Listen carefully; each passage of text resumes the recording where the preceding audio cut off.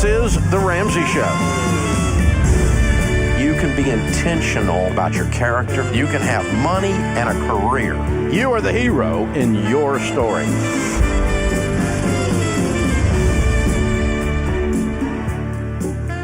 Live from the headquarters of Ramsey Solutions, broadcasting from the Dollar Car Rental Studios, it's The Ramsey Show, where debt is dumb, cash is king, and the paid-off home mortgage has taken the place of the BMW as the status symbol of choice. I'm Dave Ramsey, your host. This is Common Sense for your dollars and cents. Yeah, we teach you to live on less than you make, a concept Congress can't grasp.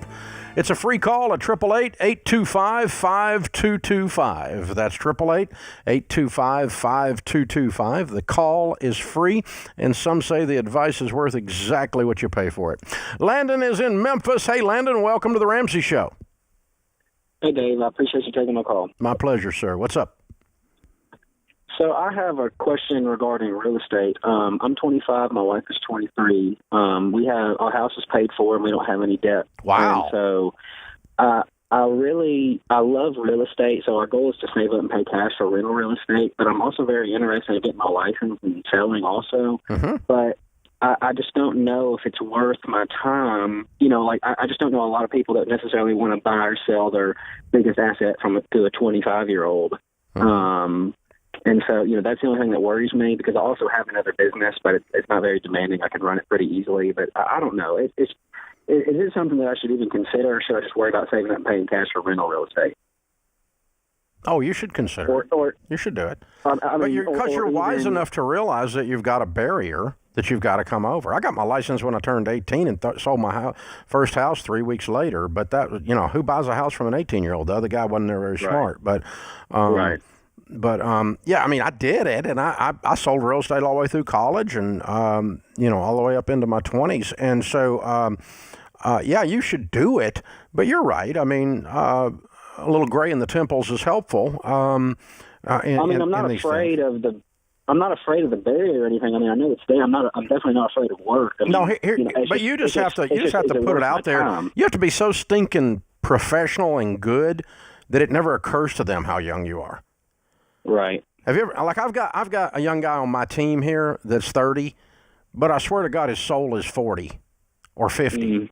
Not that he's like an old man, I don't mean that, but he's just an old soul. He's wise beyond his years. He carries himself with a poise and a confidence, and he you know, he's a leader on our team, and people follow him as if he's 2 decades older than he is, because of the way he carries himself and because of his expertise and because of his intellect and so on. And so, you know, you just have to put other stuff out there for them to focus on the good stuff rather than going, this is a kid, you know, because for 60-year-olds, 25-year-olds a kid, right? So, but, you know, and you may run into some of that, but you run into it, you know, my mama got her license in 1966 before women were in the real estate business. And, you know, we got hate mail in the mailbox because how dare a woman sell real estate? And worse than that, she didn't wear a dress, she wore a pantsuit. Oh, my God.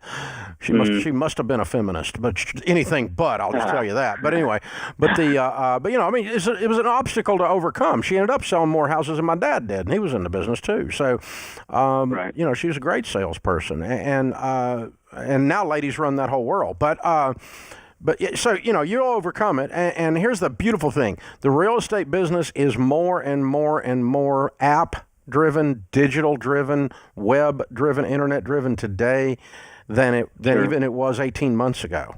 And so you'll be your age will give you an advantage over my age in that, because it's second nature to you. Right. Okay, I see. So I mean, yes, you should go do it. Okay. Because you're wise enough to recognize it might be a barrier. And the way you overcome it is with just unbelievable personal excellence. And be that old soul. And then that 74-year-old widow lady will go, oh, you know, little Landon, he just took such good care of me. And, you know, that's exactly what she'll be saying, right? And she'll send all of her friends to you. And that's what'll happen, Donald. That's the way it works. Judith is with us in Chicago. Hi, Judith. How are you? Hi, good. Thank you so much for taking my call. Sure. I really appreciate it. My pleasure. What's up? So my husband and I are in a little difference of opinion about you're with fighting. our cars. It's friendly. A friendly fight. It's a marriage fight. It's a fun fight. Yes, exactly. What are we fighting about? So, if I can give you a little background of our finances. Currently, we have $41,000 in student loans. We have a house that we still owe like $492,000 on, and we are currently paying for 2 cars monthly that come out to almost like $800 a month. Gee, what do you owe on these cars? What do we owe still? Yeah, what do you owe on each car? How much money do you owe on each car? So we owe for my minivan $22,000, and for my husband's car $6,000. And what's your household income? It's $300,000. Okay. All right. My And husband, 41,000 and 22 and 6. Is that the total of your debt, not counting your house? Correct. Okay. Exactly. So how quick are you going to pay off $60,000 making $300? So my husband says that we can put $3,000 a month towards towards debt, and that would take approximately. Does that make sense? 2 years? Yeah, that's fairly wimpy. Yeah. 36,000 out of 300. Ooh, you're sacrificing. Not.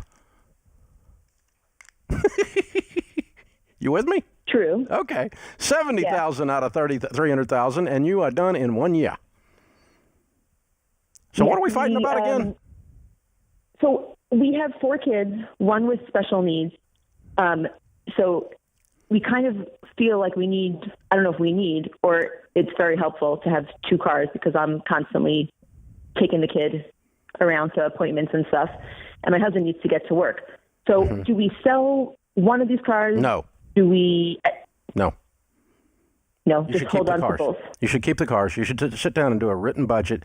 And when you get through kicking your own butt for how much money you're wasting out of $300K, you'll see that you can pay off everything on this list except your house in 1 year. 70 from $300K is $230,000 left over minus taxes. Call the wambulance. I think you guys can make it. That's the Then conversation you need to. I'm being mean, but I'm trying to point out to you that if you have that conversation with yourselves, and you go, oh my gosh, we're playing around with this. We need to get serious and stay out of restaurants and quit going on trips and pay off the stinking minivan. I got a special needs kid, and no, we're not selling my car. I don't know who it was who wanted to sell the car, but they just lost this argument. Well, then I lost it. Okay. All right. I said we should sell the car and get that's awful. You got your. I kicked your butt and didn't let you win. Oh my God, I'm so sorry. Hey, what about selling it for a cheaper car? No. Your car's not your problem. Your unwillingness to sacrifice the rest of your lifestyle is your problem. Your car's not out of line out of a $300,000 budget. You're doing just fine. You're going to get it, girl. You got it. You got this. You need to keep that car. You got those kiddos. They're counting on that car and you, that van, special needs. You got stuff you need to do there. It's not out of line. If you call me up and you owe $100,000 on your cars and you make $100,000, I'm selling everything in sight and making fun of you too. But that's not you, darling. You guys are in good shape. You can do this.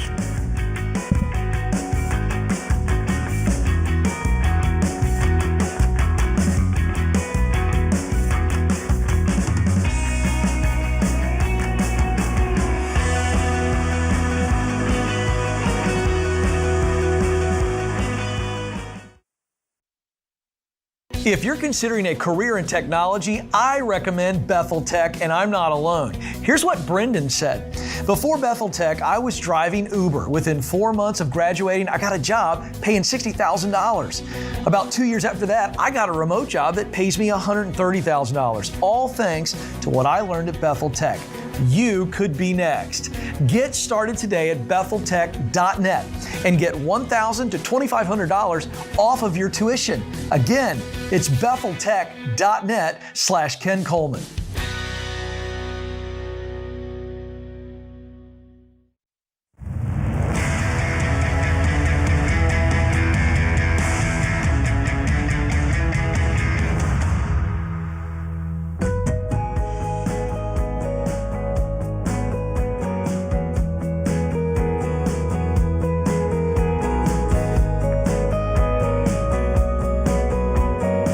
Believe Christmas is 12 days away? That happened fast. It sneaks up on us like they move it or something. We've got the Ramsey Christmas Cash giveaway going on. We've been giving away $500 a week, and this is your last week to enter for your chance to win the $500 or the $5,000 grand prize. No purchase is necessary. RamseySolutions.com/giveaway. And for an extra dose of motivation in time for the new year, we're having our famous $10 sale. You can shop from over 40 of our best-selling books and envelope systems for just $10 each. Number one bestseller, The Total Money Makeover. Rachel Cruz's newest number one, Know Yourself, Know Your Money, New York Times bestseller. All $10, $10. Check them out. They're all there for sale. You do not want to miss out on this. All kinds of good things. There's a few of the Christy Wright 2022 planners available. They make great gifts for the ladies especially. It's a little bit of inspiration, information, calendar, everything all tied, goal planner, everything all set in together. You do not want to miss out on these. Just a handful of them left. We always buy to where we sell out because, pretty soon a 2022 calendar is worthless, so that doesn't have a long shelf life. So there you go. It's going to be gone, and you're going to miss if you don't get those. All at RamseySolutions.com. Our question of the day comes from Blinds.com. Find out for yourself why Blinds.com is the number one online retailer of custom window coverings, free samples, free shipping, new promos all the time. Always use the magic word, the promo code Ramsey. Nicole's in Michigan. I started a home bakery earlier this year. I'm wanting to move my bakery to a restaurant space, serving breakfast and lunch, as well as our baked good offerings. I'll be dumping all my savings into this restaurant and going all in. Am I making a wise decision to use all my savings on this dream? Well, Nicole, you don't want your dream to become a nightmare. Failure is a part of business. If you're in business, you're going to have failure. The trick is to have non-fatal failure. Don't have a failure that takes you out. And the way you solve that trick is the size of the failure. So have lots and lots and lots of little ouchies instead of one where you lose your head. Don't get taken out. All my savings means I have no money. That's not good, Nicole. Because here's the 3 rules of business. Rule number 1 of business, it takes twice as long as you think it's going to. Rule number 2, it costs twice as much as you think it's going to. Rule number 3, you're not the exception. So when you move into this little restaurant and you've got it all figured out and you have exactly enough just to open the doors, you're going to run out of money and go broke because it's going to take longer than you thought it was going to. Because your projections are based on a wet finger in the air. You don't know what this thing's going to produce. The only thing you know is what you've been producing with your home bakery earlier this year. So my suggestion would be, and you're not going to like it because everybody wants to go fast and not slow, but my suggestion would be run that home bakery a little bit longer. Pile up a little more money, a lot more money. Get your recipes and your customer base dialed in. Know more about the business than you know 9 months after you opened it. It's still a little baby business. It just started. It's cute. But we don't want to pledge our whole thing on the back of this baby business. I've done stupid stuff like this, kid. That's how I know. I got a PhD in DUMB. I have done so much stuff that has cost me money and lost money. And I have become an expert in the last 5 years about making smaller mistakes because most of my mistakes have been colossal. Yes, some of my failures have been, or some of my successes have been colossally large as well. But I'm convinced that we are where we are based on about 10% of our best ideas. The other 90% sucked. And when you're in the shower or on the running trail, all your ideas sound smart in your head. So please go slower. Please don't move in with no money and hope you're going to be okay. Lack of liquidity, lack of retained earnings to survive a downturn. Your little town that you're in could have a little COVID hiccup and somebody decide to go all communist and shut the whole place down, and then you'd be out of business. And your savings is all gone. And so there you go. And you've got to have a little more wiggle room than you got right now. And your business is not big enough. Dial it up, and then launch it. So if I were you, if you were my daughter and I were sitting down with you, I would say, live your dream, baby, but don't make it a nightmare. I want you to own a bakery for the rest of your life and be successful. and be highly popular and written up in magazines as the finest baker in the world, and everybody's got to go to Nicole's place over on 4th Avenue or wherever it is. I want that to be you. And your best route to get there is wait one more year at least. Get your customer base up. Begin to tease them about what's coming next year, coming in 23, coming attractions. On the next episode of Nicole's Bakery, that's what you tease them, build your base, build your tribe, and build your money, and you'll have a much better experience with your life. Jane is with us in Atlanta. Hi, Jane. How are you? Hey, Dave. I'm doing good. How are you doing? Better than I deserve. What's up? Well, I was hoping I need a neutral party here. My sister and I have inherited Mom's home. She died in April of 2016. We inherited it, decided to rent it out after painting it, getting all ready in October of 2017. We also have inherited a cabin in the North Georgia mountains. So we share both of these properties. Since we've been renting in October 17th, neither one of us has taken a draw at all. It's been going into a shared account, which we use to pay the taxes, insurance, repairs, maintain the cabin and the home for both of those.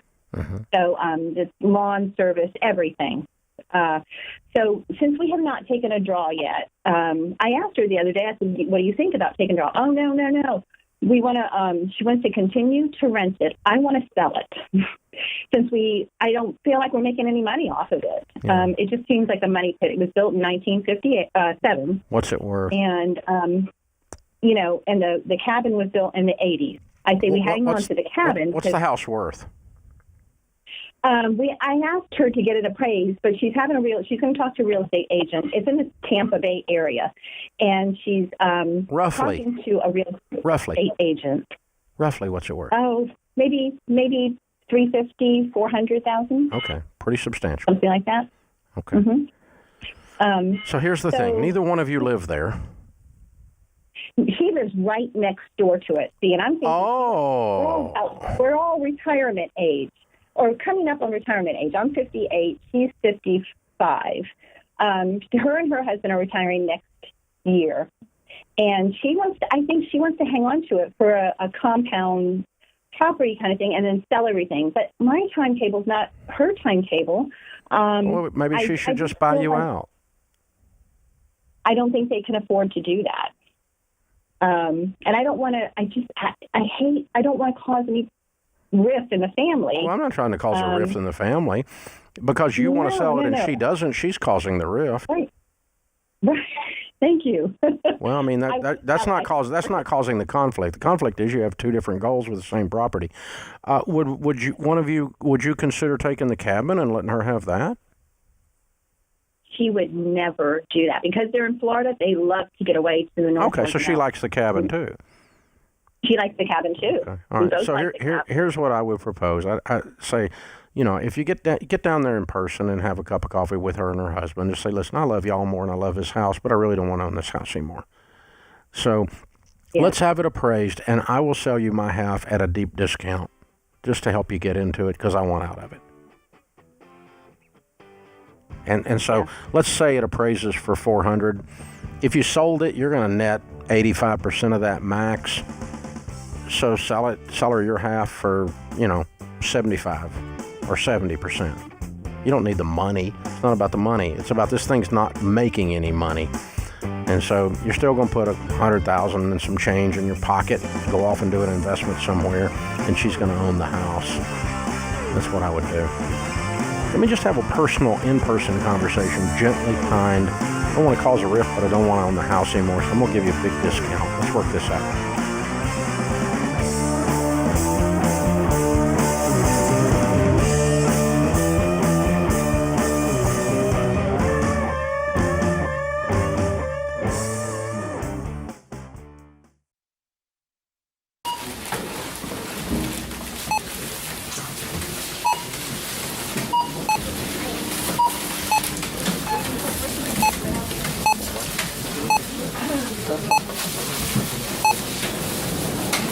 Still on baby step number one, huh? How'd you guess? With healthcare costs rising, learn how Christian Healthcare Ministries can help you make the most out of your budget. Visit chministries.org/budget. Don't worry, it's worth it.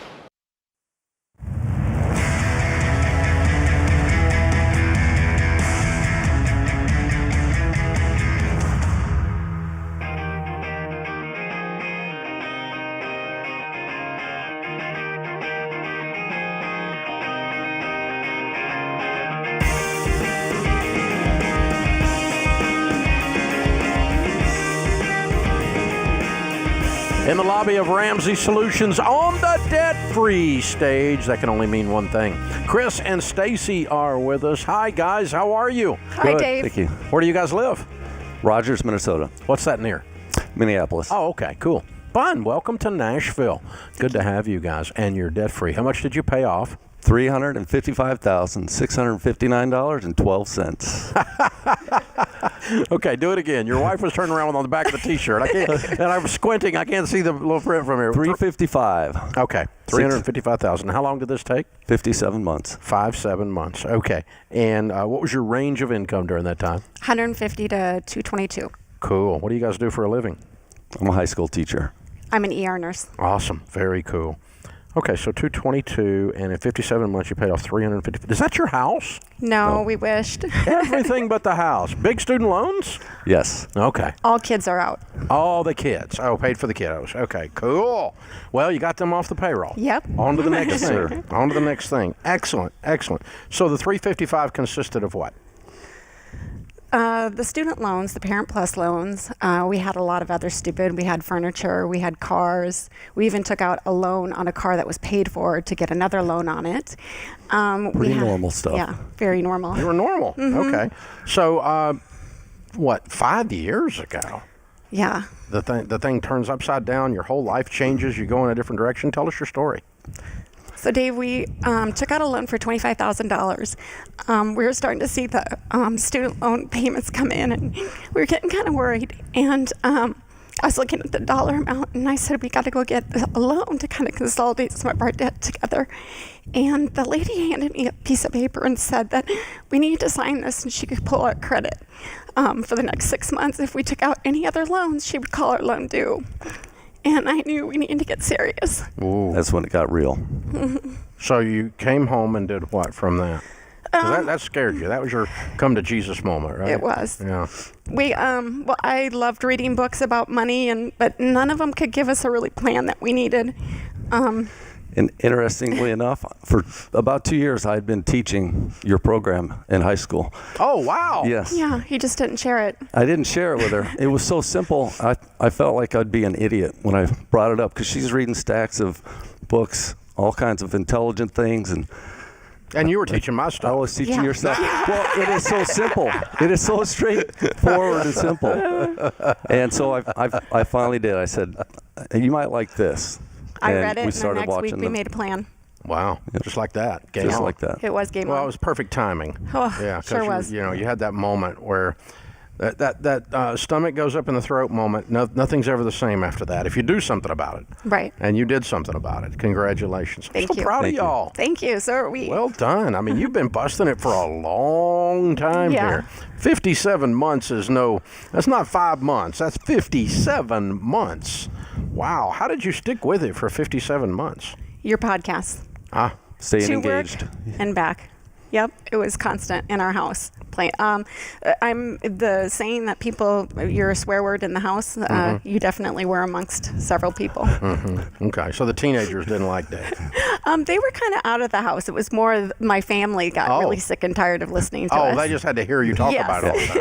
Okay, all right. To the point, you print T-shirts, 50 and free for for those of you looking deeply into your radio. Yeah, they got T-shirts on 50 and free. That's good. It's good to be free. Yes, it is. It feels wonderful. I turned 50 in June, and he turns 51 in July, but our last payment was in June, so we were both 50. Whoop, whoop, whoop, whoop. Yeah, love it. Way to go. How's it feel to be free? Amazing. We've been married for 31 years. Never thought we'd see this. Never been debt-free at all? Never. 31 years? Nope. 25 years is stupid. Yeah. We keep counting. Probably didn't think it was possible. No. Felt stuck. Very much And that's so. why when that lady holds that axe over your head at the bank, Aren't they pleasant? Yes. She was very nice about it. But I know, but if you take out one more loan, I'm just going to call your loan. And, well, thank you. You're a big help. Yeah. Yep. Oh, my gosh. Well, she was a big help. Did you end up taking that loan out, and it was part of this? I did. We ended up taking it out, and it was a big payment. And then got rid of her as soon as you Yes. could. Yeah. Oh, my gosh. Wow. That's so wild. Good for you guys. Thank you. Okay, now that you've done it, and now that you teach it in high school, and now that you actually know that it works, and even though it's simple, what do you tell people the key to getting out of debt is? The budget. The every dollar tool is amazing. We didn't even we had the money during the debt-free time that we were in it, but we didn't even take out the extra plus to spend the extra $10. But I think it helped us micromanage it every day, too, to not have those little bubbles. Had to move it. I had to do it myself, yeah. Yeah, being on the same page is key. You got to be on the same page. And so now when you're with your high school students, you can say some of the most profound things you'll ever learn in your life are simple. I'm hoping this will really help my credit in the classroom.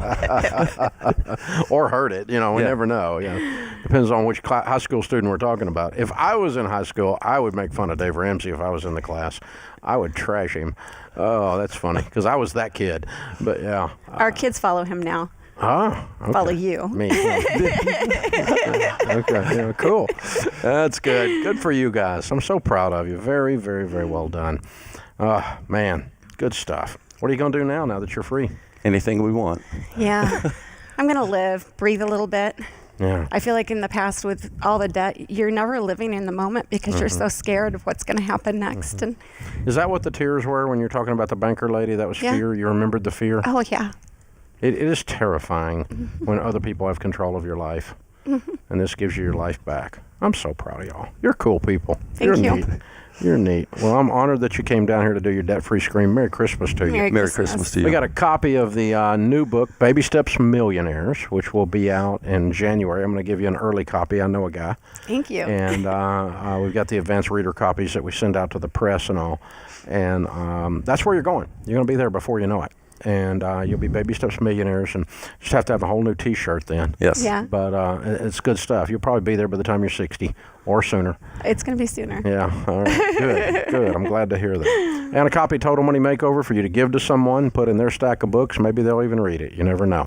So it works. We give it at every wedding that we go We've to. been doing that. Oh, thank you. Very nice. I appreciate that. The $10 sale helps. Yeah. It does. People buy them by the case for that purpose. Yeah.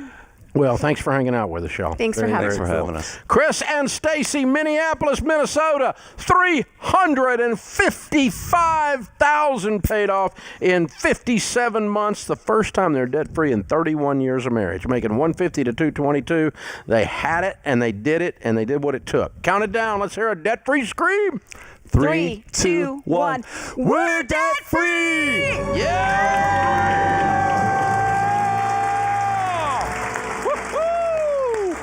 That is how it's done. And there's people out there that will tell you can't do this, that you're always going to be in debt. There are always going to be people that tell you that. Your loser uncle, your friend who's a loser, you're always going to be in debt. You can't get out. What kind of a dream is that? You can't do that. Some debt's just part of life. You need to grow up and accept that. Sophisticated people use debt. No, they don't. And yes, you can get out of debt. The only reason to get out of debt is so that you can give with outrageous generosity. Because when you don't have any payments, you can help other people. Broke people can't help other people. Have you noticed that? Because they're kind of concerned about being broke themselves. When you get out of debt, you can build wealth.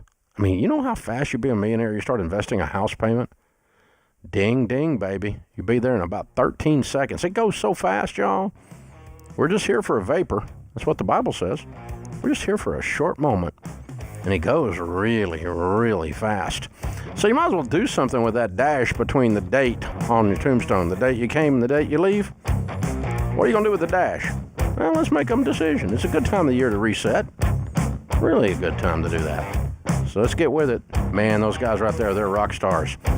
They took a simple, primitive idea and changed their lives.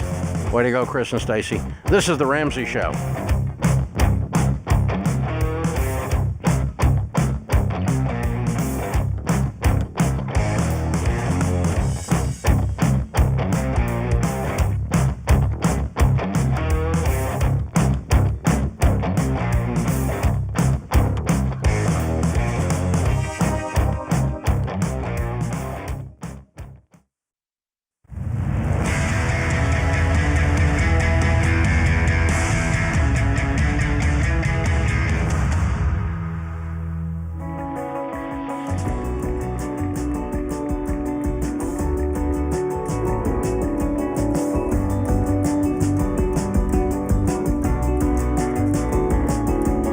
Christmas, America. We're so glad you're with us. Ho, ho, ho. I love it. I love this season. Because I got to tell you, the most fun you'll ever have with money is generosity. If you've had a generosity experience where you received something wonderful and it was life-changing, or maybe you gave something and you were able to participate and be the conduit through which God blessed someone, I want to hear your story. Our last live broadcast of the year, we run tape the rest of the year, will be December 22nd. And it'll be a live show, 3 hours of giving. We want your giving stories, big-time giving stories, where something big and dramatic happened. Now, if you once left an extra $1 on the tip, I don't need that story, okay? We want to inspire other people with outrageous generosity, receiving or giving. I don't care which side you're on. And if you're too humble because you were the actual giver, well, you weren't the giver. God was the giver. He just used you to do it. Shut up. We need your story because it inspires other people to do the same thing. Here's the thing. If we increased our generosity in this culture by just a few percentage points, we could make the government irrelevant. Let me correct that. They're actually already irrelevant. We could make them admit that they're irrelevant.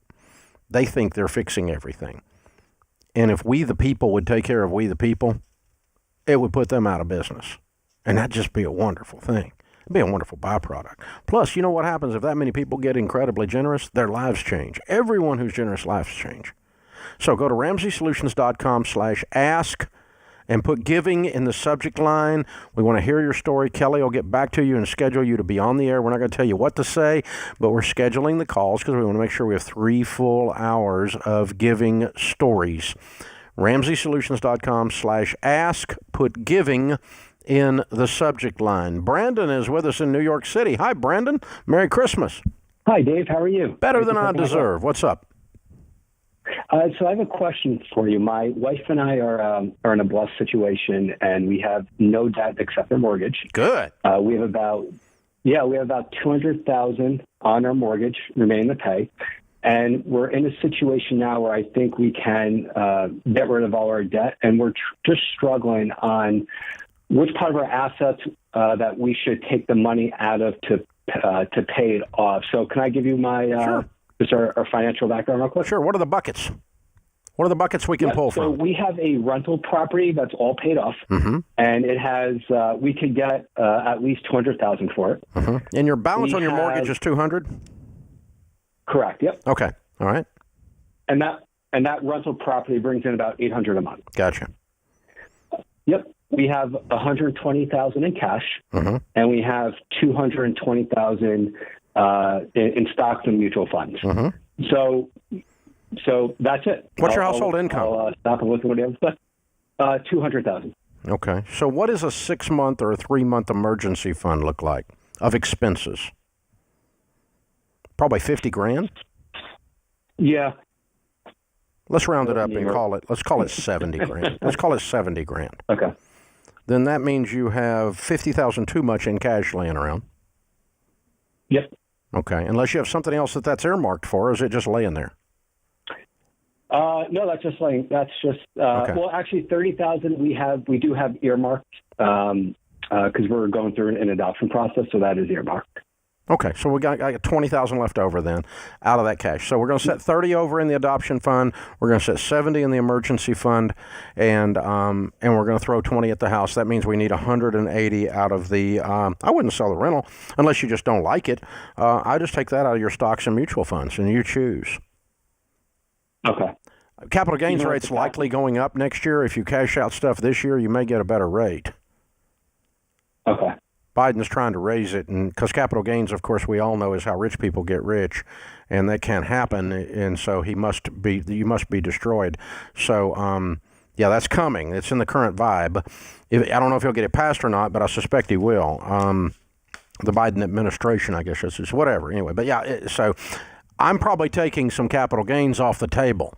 While you can do it at a 15% capital gains rate, we'll use for $180,000 worth, which is going to be a lot of your $220,000.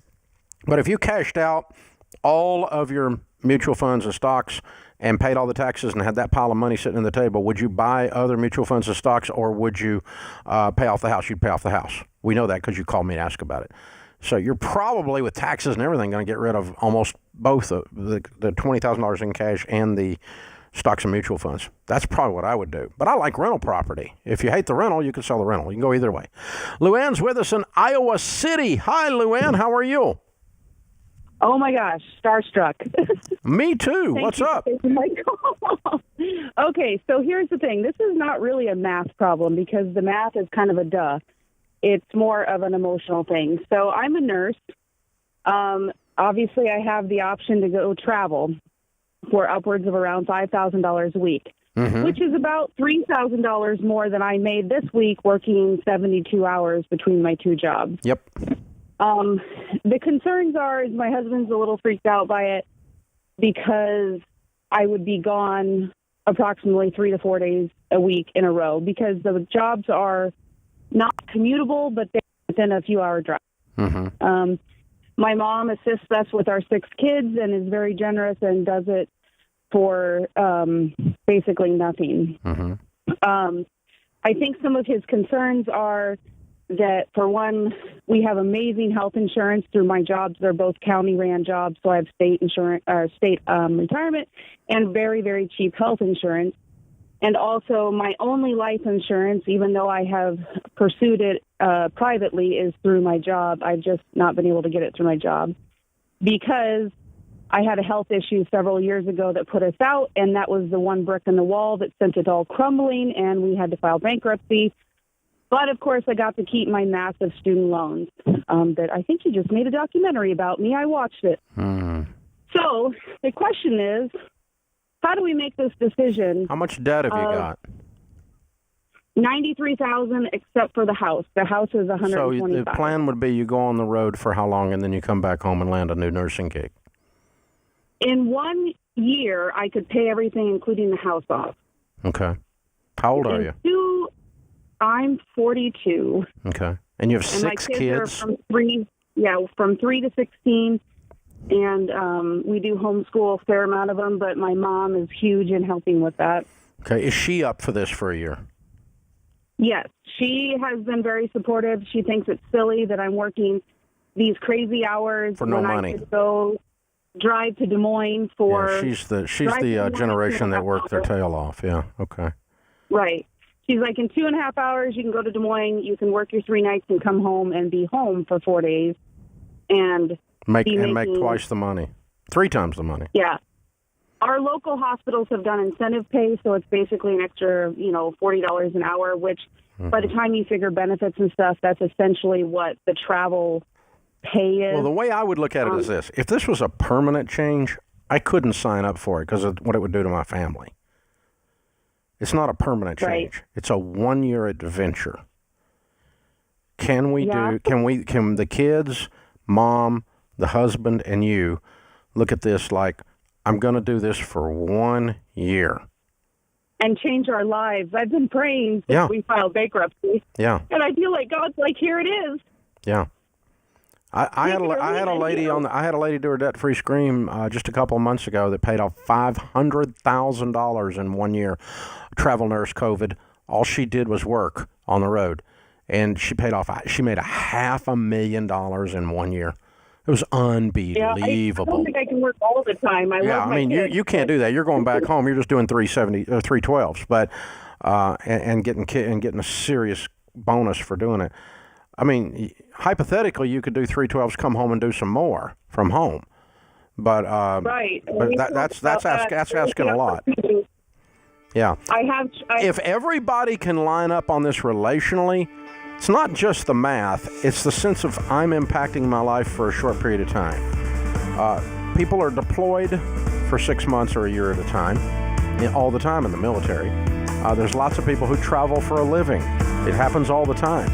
And if you look at it as a short-term thing for a long-term gain, and everybody's calling it an adventure, do it. But if somebody's going to really squeal, then you probably don't do it. This is The Ramsey Show.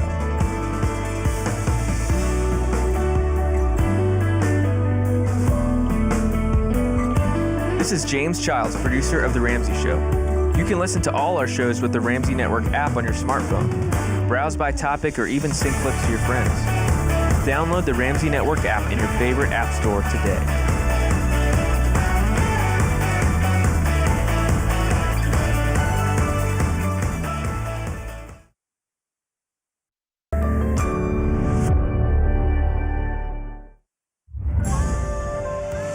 This is The Ramsey Show. You can be intentional about your character. You can have money and a career. You are the hero in your story.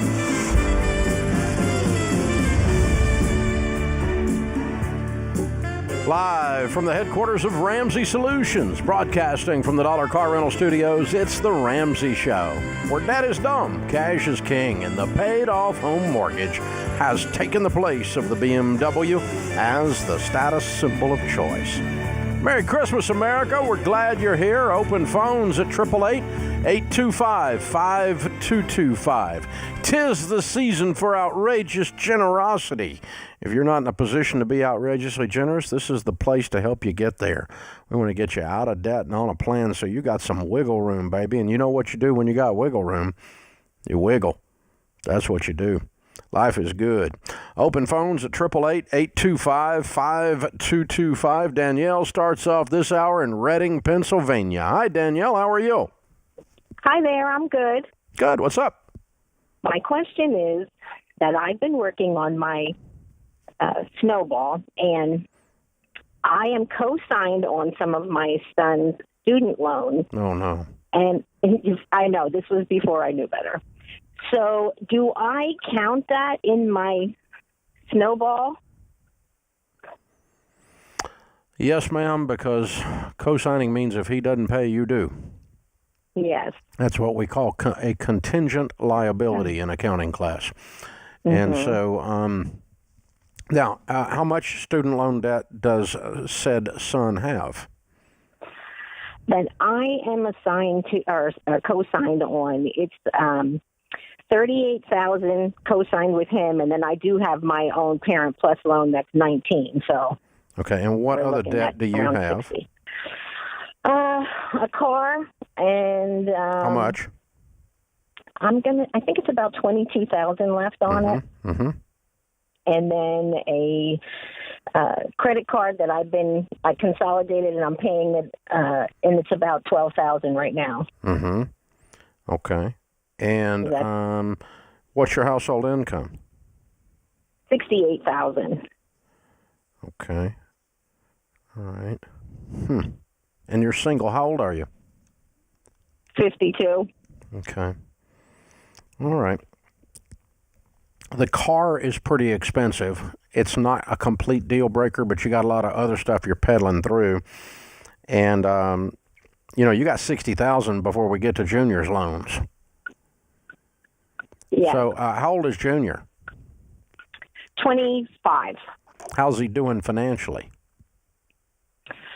Pretty well. Well, I don't know if I would say that. He does manage his money well, and he makes his payments every month. Right now, I would say he probably makes about $17 an hour, and he just moved into his first apartment out of state, actually. So, he's doing his own grown-up thing. Yeah, okay. Well, the problem is if he doesn't do it, you get to because of the co-signing. Yeah. So that's why I was asking about his health financially. Well, what I'm going to do is put those at the end of your deal, and while you're working through your debt snowball, you need to share your story with him pretty regularly. Mm-hmm. So he starts to catch on that maybe he ought to do this. You don't need to call him up every day and tell him he needs to do it, but you need to tell him all about you. Mm-hmm. So you become an inspiration for him. Okay. And then after doing that for a while, you can say stuff, drop in there too, like, and I'm really worried about these student loans. They're bothering me. They're keeping me up at night. That co-signing, I wish I hadn't done that. I just feel so bad about it. And let him feel bad that his mama feels bad and he gets his butt in gear and pays them off. I'm not above shaming him into it, okay? Because it's for his own good, by the way. As soon as he gets his tail in gear and starts making more than $17, did he get the degree? He did, and what? Not even in professional writing. Okay. So he was working for a digital marketing company for a while, doing the writing thing, and a lot more than $17 an hour then. Well, at the time, this was right out of as soon as he finished school, and so I think that it's a small business, and the guy wasn't quite that generous. Oh, okay. With his pay. Well, a digital marketing writer would make a lot more than $17 an hour, though. So, I mean, in the real world, if he got out here and did something, what's he right now? What's he do now? He's working for FedEx. Okay, cool. All right. And he also has a online business that he does, like flipping sneakers and things. He's always been a hustler. He definitely is making money and wanted to start an actual brick and mortar business doing that. But I have already, discussed with him, there's not a chance with all this student loan that you're going to be able to get, something. So you really got to work on this. But I talked to somebody the other day about a sneaker thing, and the kid was making $1 bazillion. So he made like $60,000 selling sneakers on eBay. Oh yeah, he when he did live at home, boxes were coming and going every day. It was a serious amount of moving going on there. All right. Okay. Are you in Financial Peace University? I'm not. Okay. I want you to go through Financial Peace University. I'm going to give you a Ramsey Plus membership because I want our team to wrap our arms around you, give you a big hug, and help you walk through this. And I'm also going to give you one to give to him as a gift. And you just call him up and you just say, hey, listen, I'm working this plan and I'm so excited about it. And I just want you to know it's there. And we could even do it together virtually, long distance or whatever. And you don't need to ever wag your finger at him and shame him, but I want him to hear how inspiring you are and how fired up you are. And I want him to see the same sets of information you're seeing on how to do this so that you can, we can get him moving along. I think he might be making more money than you think he's making, and he needs to put it all on this stinking student loan so that you don't have to deal with it ever. Like, I want it paid off. If he could pay it off this year, it'd make me happy. And then you don't have to worry about it. The faster he pays it off, the quicker it's off your books. Meanwhile, we're going to get you out of debt. So you hang on. I'm going to have Kelly pick up. And Kelly, Ramsey Plus for Junior and for Mom. Yeah, one for each, and let's get them in there, and let's get them through Financial Peace University and learn how to do this stuff. Then they can get on here and do a mother-son debt-free scream. That would just be awesomeness. Be about as good as it gets. So here's the thing. If you think student loans are a good idea, here's what I want you to do through the holidays. A lot of you have things you're looking for something to watch during the holidays. Jump on Apple TV or Amazon Prime or on Google Play and watch Borrowed Future, our documentary. Your mind will come unglued from your head. It'll blow your mind. This documentary on the evils of the student loan world and how out of control just about every segment of that world is you'll never let a person get in student loan debt again after you see this. Borrowed Future, full-length documentary by Ramsey Networks. We put it together here, and it's world-class. It's very well done. Several 100,000 folks have already viewed it. We are stirring up a holy ruckus with this thing. Be sure you watch it through the holidays. Borrowed Future, again, Apple TV, Google Play, or Prime Video.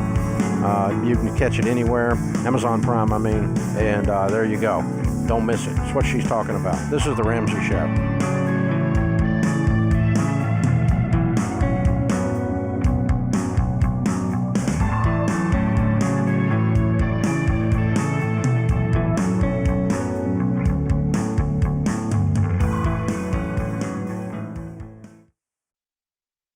If you're not using Pure Talk for your wireless, you're paying too much. Pure Talk gives you the same great 5G coverage on the same 5G network as one of the big guys for half the cost. The average family saves over $800 a year. Go to puretalk.com and choose the affordable plan that's right for you. With their 30-day risk-free guarantee, you have nothing to lose. Go to puretalk.com and enter the promo code Ramsey to save 50% off your first month.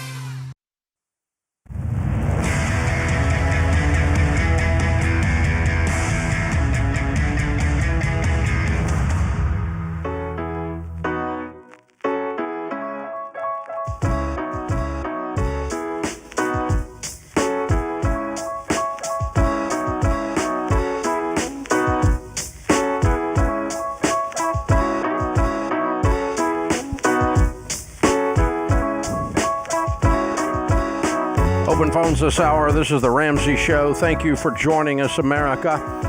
Just like we were talking with her about her, the way to get to a debt-free scream, the way to get control of your money, the way to be in a place to be outrageously generous and become a baby steps millionaire is Financial Peace University. You can get that at Ramsey Plus. Just go to RamseySolutions.com/FPU, RamseySolutions.com/FPU. Bill is with us. Bill is in Albuquerque, New Mexico. Bill, how are you? Good. How are you? Better than I deserve. What's up? Well, yeah. I'm thinking about taking my 401k and paying off my house. I owe like a little over like $150,000. I've been retired for 20 years from law enforcement, and anyway, just want to get completely debt free. I was wondering if that's a good idea or not. Well, it's always a great idea to be debt free. You called the Debt Free Show. I mean, that's what we do here. 150 grand gets you out. How old are you? I'm 65. Okay. How much is in your retirement account? Well, I have one. My wife has one, but so mine is right around 240, 249, 250, right around there. Mm-hmm. Hers? Hers, probably about 125.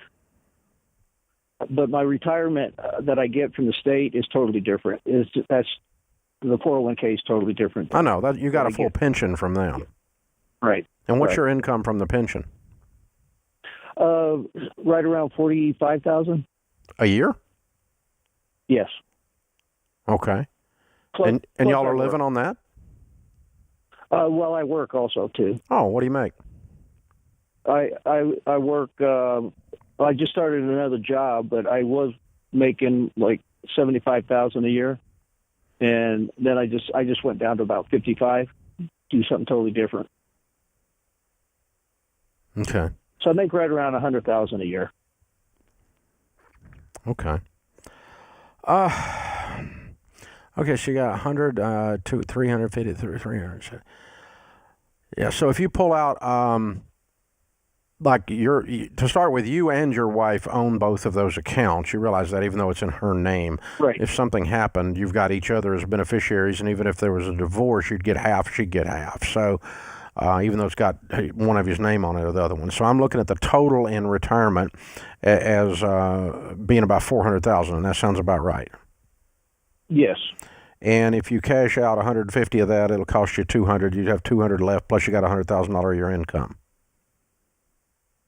Correct. Yeah, I'd do that. Okay. And you don't have a house payment anymore. Correct. Yeah, and I owe everything else too. So. Oh, so that's your only debt left. Is that what you're saying? That's my only debt. Correct. Yeah. Yeah. Very good. Very good. Well done. Well done, man. Yeah, I'd do that. I'd be out of debt as soon as I could. Thanks for calling in. Bill's with us in Charlotte, North Carolina. Hey, Bill, welcome to the Ramsey Show. Hi, Dave. Thanks for taking my call. Sure. What's up? I've got a whole life policy with a unique situation. I'm sorry. It was purchased in the early 90s, and I paid into it for 4 or 5 years. And then I found out there was a class action lawsuit against the company for deceptive sales practices. I joined the class action suit, and part of that settlement was that, the settlement was that I no longer had to pay into it, but the face value was guaranteed until the day I die. And my question is, should I continue to hold it, or should I turn it in for the surrender value, which is the policy is it was $300 for face value, and the surrender value is about $80,000. Well, here's what's going to happen. When you die, they're going to send your beneficiary $300,000. Right. What happened to your $80,000? They keep it. Correct. So you really have $220,000 worth of insurance. Okay. That you're paying $80,000 for. Fair. That you're paying $80,000 for. Okay. Because if you took it out, you'd have $80,000, right? That's right. And how old are you? I'm 55. Cool. Do you need insurance? Yeah, right now, yes. Okay. Are you healthy? But I can take out. I'm healthy. Overweight or smoke? A little overweight, but I don't smoke. Okay. No hypertension that you know of? No. Okay. All right. I mean, you can buy $200,000 worth of 20-year level term for nothing compared to $80,000 worth of loss. My point is the free insurance is not really free, my brother. Okay. See what I'm saying? I do. You can put $80,000 in your pocket today and buy term life insurance until you don't need it anymore for a couple of grand here or there, and have $70,000 or $75,000 or $78,000 or whatever it is left, plus whatever that investment actually yields, which it ain't yielding nothing in that whole life policy. Yeah, I'm cashing it out after I get my term life in place. Okay, great. That's what I was hoping you would say. Yeah, I wouldn't pay $80,000 for a $220,000 term policy, which is in effect what's happening here, boys and girls. Yeah, that's the problem. Open phones at 888-825-5225. You jump in, we'll talk about your life and your money. That was an interesting question. I've never had one where they had free insurance because of the lawsuit, but it's not free. The whole life business is, they got sued for deceptive practices. They all should be sued for deceptive practices. The whole business is a deceptive practice. Corey's in Cincinnati. Hi, Corey. What's up? Hi. Hi, Dave. How you doing? Better than I deserve. How can I help? Yeah. Thanks. So my wife and I are trying to send our kids to private school. We got a 4-year-old, a 2-year-old, and a 2-month-old. And right now she's staying home with them. And I did the calculation for her to go back to work when the 2-month-old is in school. It costs us about $70,000 up to there for private school expenses up to that point where she could start working. We break even on my salary, and we're debt free. We've always been debt free, but we're not like saving. We break even. So she's got a $75,000 403B. We were wondering, I know you want us to roll that out because she's not teaching right now, but we were wondering if we roll that out, the best way to use that for private school expenses. I think we'd probably have to take that tax hit. You but can't. You can't put it use in a 529 right away? You can't use it for private school expenses. Not even with the 10%? You're going to get a 10% penalty plus your tax rate. You're borrowing money at 30 to 40% interest to send your kids to private school. That's dumber than a rock. You don't want to do that. But even with my retirement completely good, like I'm 30. You don't want to borrow money at 30 to 40% interest to send your kids to school, man. That's just dumb. Down private. That's just dumb. Well, yeah, I know, but okay, but then what else is our option? Where I feel like that money is there. Would it be 30 to 40%? Yeah, you're going to get hit 10% plus your tax bracket. Which right now with 3 kids at home, I get money from the government. It's crazy with the tax write-off. I pay 0 federal tax. They actually write me a check on my $70K that I make. Let's just call it. Let's call it 20%. You want to borrow money at 20% interest to send your kids to school? No, you don't. I mean, you figured out how you want to use this in your brain, and there's no talking you out of it apparently. But it's a dumb idea, dude. Don't do it. You guys have got to adjust your budget. Or you've got to adjust your expectations. It may be with 3 kids and making $70,000, they're not in private school. Ouch. Didn't want to hear that. Because what happens when the 401k that you cashed out and took the hit on the chin is gone? Or the 403b? Then you're really going to be screwed. Because you got everybody's expectations set on private schools now, and you can't afford them anymore. Because you don't make enough to send them to that school without your wife working outside the home. So some choices are going to have to be made. Cashing this 403b out is not going to be the magical answer. There's no magic dust in that, Jack. No, not going to happen. This is The Ramsey Show.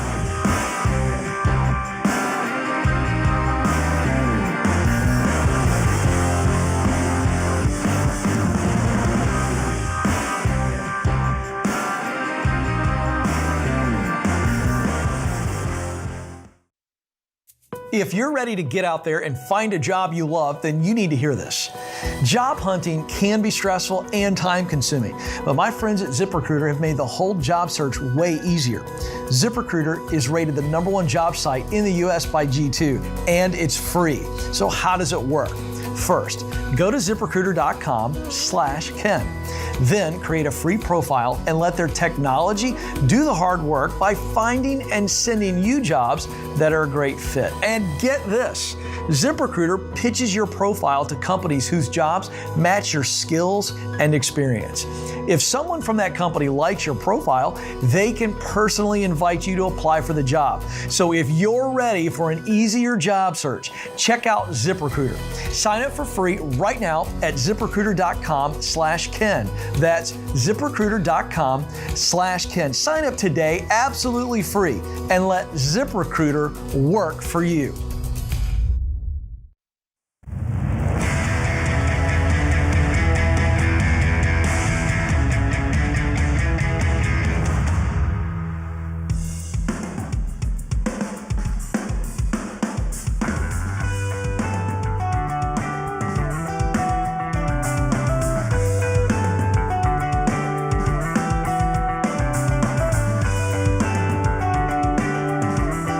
In the lobby of Ramsey Solutions on the debt-free stage, Joe and Ashley are with us. Hey, guys, how are you? Hey, Dave. Hey. I love it. Way to go. I'm looking at your T-shirts, man. Mortgage-free by 33. That's right. You paid off your house. We did. Y'all are weird people. Very. I love you. Amazing. I'm so proud of you. Where do y'all live? Greenville, South Carolina. Oh, I love Greenville. It's a great town. Mm-hmm. Very cool. How much debt did you pay off total? It was $253,170. Got it. And how long did that take you? Took us 5.5 years. All right. Way to go. And your range of income during that time? We started at around 135. We jumped up to 200, and now we're back down to about 170. Cool. Good for you. Turn off the hard work once the debt's gone. That's exactly it. Love it. What do y'all do for a living? I'm an engineer. I'm a project manager. All right. Way to go, you guys. So what's this house worth? Probably about 300. You know, the market's going crazy. Isn't that fun? Yeah. You're 33 and you own a paid for $300,000 house. You're so whacked. I love it. Way to go, you guys. Oh, man. What got all this started 5 years ago? So, go ahead. We were gifted an FPU class, and when we got engaged, and we let it sit for about 2 years. Finally decided on a whim, hey, we're going to do this. Probably not going to change very much, but we went ahead and did it, and we changed everything. I did my first budget, and I said, we can't afford these whole life payments, and we just turned everything upside down. Oh, you got rid of a whole life policy, huh? Got rid of two of them. Right there in the middle of it, huh? Yeah. And then you go, and then game on. Yep. Knock out the debt, and then we're looking up, and there's the mortgage, and 5.5 years later, you're done. Yeah, we actually had started, we paid off student loans and a car loan, about $79,000 worth, saved up the emergency fund and the down payment, and then we sat down and we bought a house, and everybody said yay, and I said, I now owe $174,000, and that's more than I owed before. So we said it's time to start hammering on that mortgage. Yeah, okay. And took the next 4 years to do that. So the discomfort with debt continued. Yeah. And you said, oh, that's not okay. I bought a house, but I bought a mortgage too. Yeah. Exactly. Yes. Yeah. Way to go, you guys. I'm so proud of you. Thanks. Very, very well done. Who are your biggest cheerleaders outside the two of you? So our families have been extremely supportive. My sister is on her own debt-free journey, and we're hoping she'll be here in the next year or two. Whoop, whoop. And I want to give credit to my grandparents. We lost them both in the past year, and they left us a little bit of money that helped us to cross the finish line with the house. How much did they leave you? $30,000. Wow. Yeah. So when that house gets paid off, Grandpa's just smiling from heaven. They would be thrilled. I love it. Yeah, that's who he was. Yeah. I love it. Very cool. Well, very, very good, you guys. Okay, you've been through Financial Peace University. You paid off everything. You get the house. You got the emergency fund. Say, we're getting rid of the house. And you get rid of the house debt, and you're on your way to being a baby steps millionaire. Tell folks what the secret is to wealth. The secret is to getting out of debt. You got to get on a budget. If you're married, you got to do it with your spouse. Get in control of your money. You got to be content and not max out your lifestyle. Live well within your means. And you got to get passionate and fired up that you are buying options. You are buying your freedom by paying down debt. Yeah.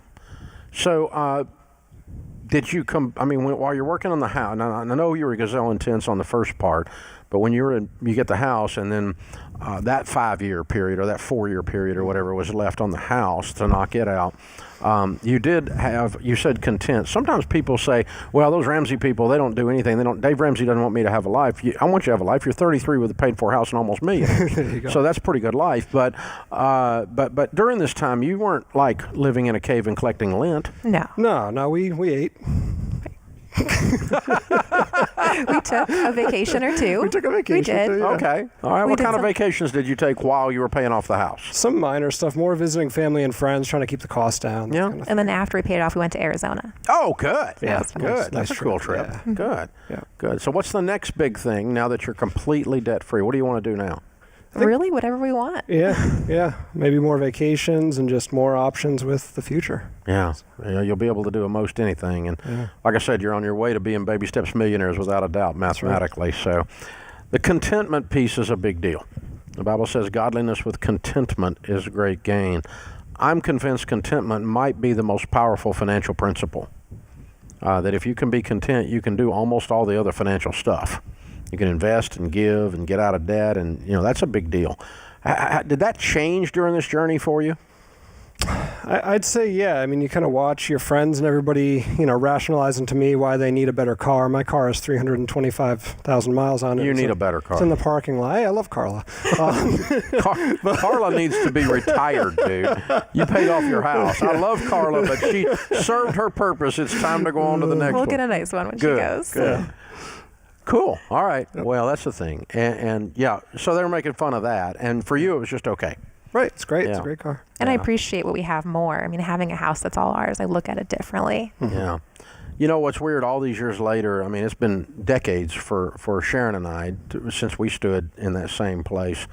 But today, we've got, nice cars and, whatever we want, like that kind of stuff. It's kind of ridiculous, our life is. But the weird thing is I used to buy cars for what other people think. Now I buy cars because I like them. Mm-hmm. Yeah. And that really is, that sounds subtle, and people go, oh, well, I bought it for, no, I really don't care what you think. I really don't care what you think. I bought that, I drive a Raptor because it's a bad truck. I love that Raptor, man. I love that truck. And so it's my daily driver, and I didn't buy it because you thought it's cool. I just like that truck. And it's different. So poor Carla, she's moving on now. And you need to buy a car, not for somebody else, but for you. You've earned it, brother. I'm so proud of y'all. Very, very cool. How does it feel to have no payments? It feels really good. It's kind of surreal at first. You just kind of make the last payment, a couple weeks later, a letter shows up in the mail. You don't get the streamers, but I guess that's why we're here. So there's a lot of breathing room in our budget. We're going to give you digital streamers. There we go. Yeah. Get ready. Yeah, very cool. Well, good job, you guys. We got a copy of the Baby Steps Millionaires book for you. It comes out in January, but I know a guy. I'm going to get you an early release copy because I think you're right on your way. That's the next chapter in your story for sure. How ordinary people built extraordinary wealth and how you will too. You can too. And a copy of Total Money Makeover to give away. Pay it forward to somebody because I know you've been talking about this stuff. Somebody needs that book. Mm-hmm. And you probably got somebody in mind you can give it to. So well done, you guys. Very well done. Very fun. Joe and Ashley, Greenville, South Carolina. They're heroes. 33 years old. They don't have a mortgage or anything. 100% debt-free. $253,000 paid off in 5.5 years, making $135 to $200 to $170. Count it down. Let's hear a debt-free scream. 3, 2, 1. We're debt-free! Yeah! This is how it's done, boys and girls. Yeah, baby. I love it. You want to know how to get rich? That's how you get rich. They're on their way. You want to be in a position you can help other people with money? That's how you do it right there. There's a lot of people out there. There's a lot of get rich quick going on right now. Nothing down, real estate's booming. People are trying to get rich and nothing down real estate, taking on a bunch of debt.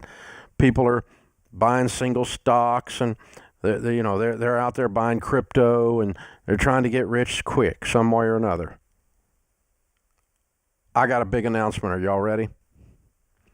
We're going to do a huge event January the 13th. George Camel, Rachel Cruz, and me, Building Wealth in 2022. We're going to show you how to really build wealth. This is not pie in the sky. It's not microwave. It's crock pot. And if you ever had any food out of a microwave and you had food out of a crock pot, you can tell me which tastes better and which will turn out most of the time. That microwave stuff's rubbery. Y'all know what I'm saying? It's chewy. So we're going to do this January the 13th here in Nashville. We only have 1,000 tickets. Oh, wait, it was on the internet overnight. I'm sorry. Oh, no, they're almost gone.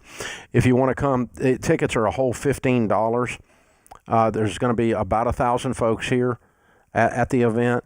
January the 13th here in Nashville, a one-night special event. Discover the money plan that'll help you live the life you want. Go to RamseySolutions.com/events. You can get your tickets right now. This instant that you're hearing this is the first time that I've said this on the air publicly, and so this won't be, these tickets will be gone very quick. $15 tickets are like stocking stuffers, right? Thursday, January 13th, it's the wealth building event. Building wealth the real way for 2022. January 13th here in Nashville. I'll see you there.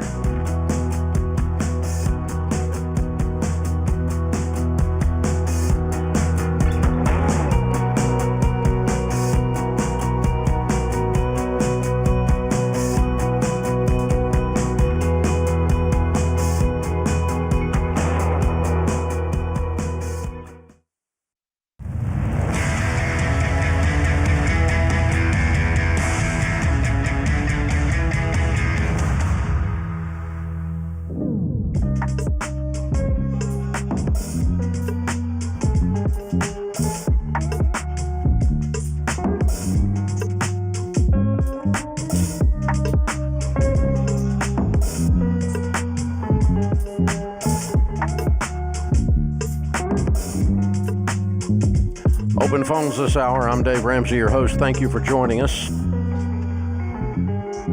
So there is quite a rage out there. I have noticed several times in my life an ebb and flow of the get-rich-quick stuff.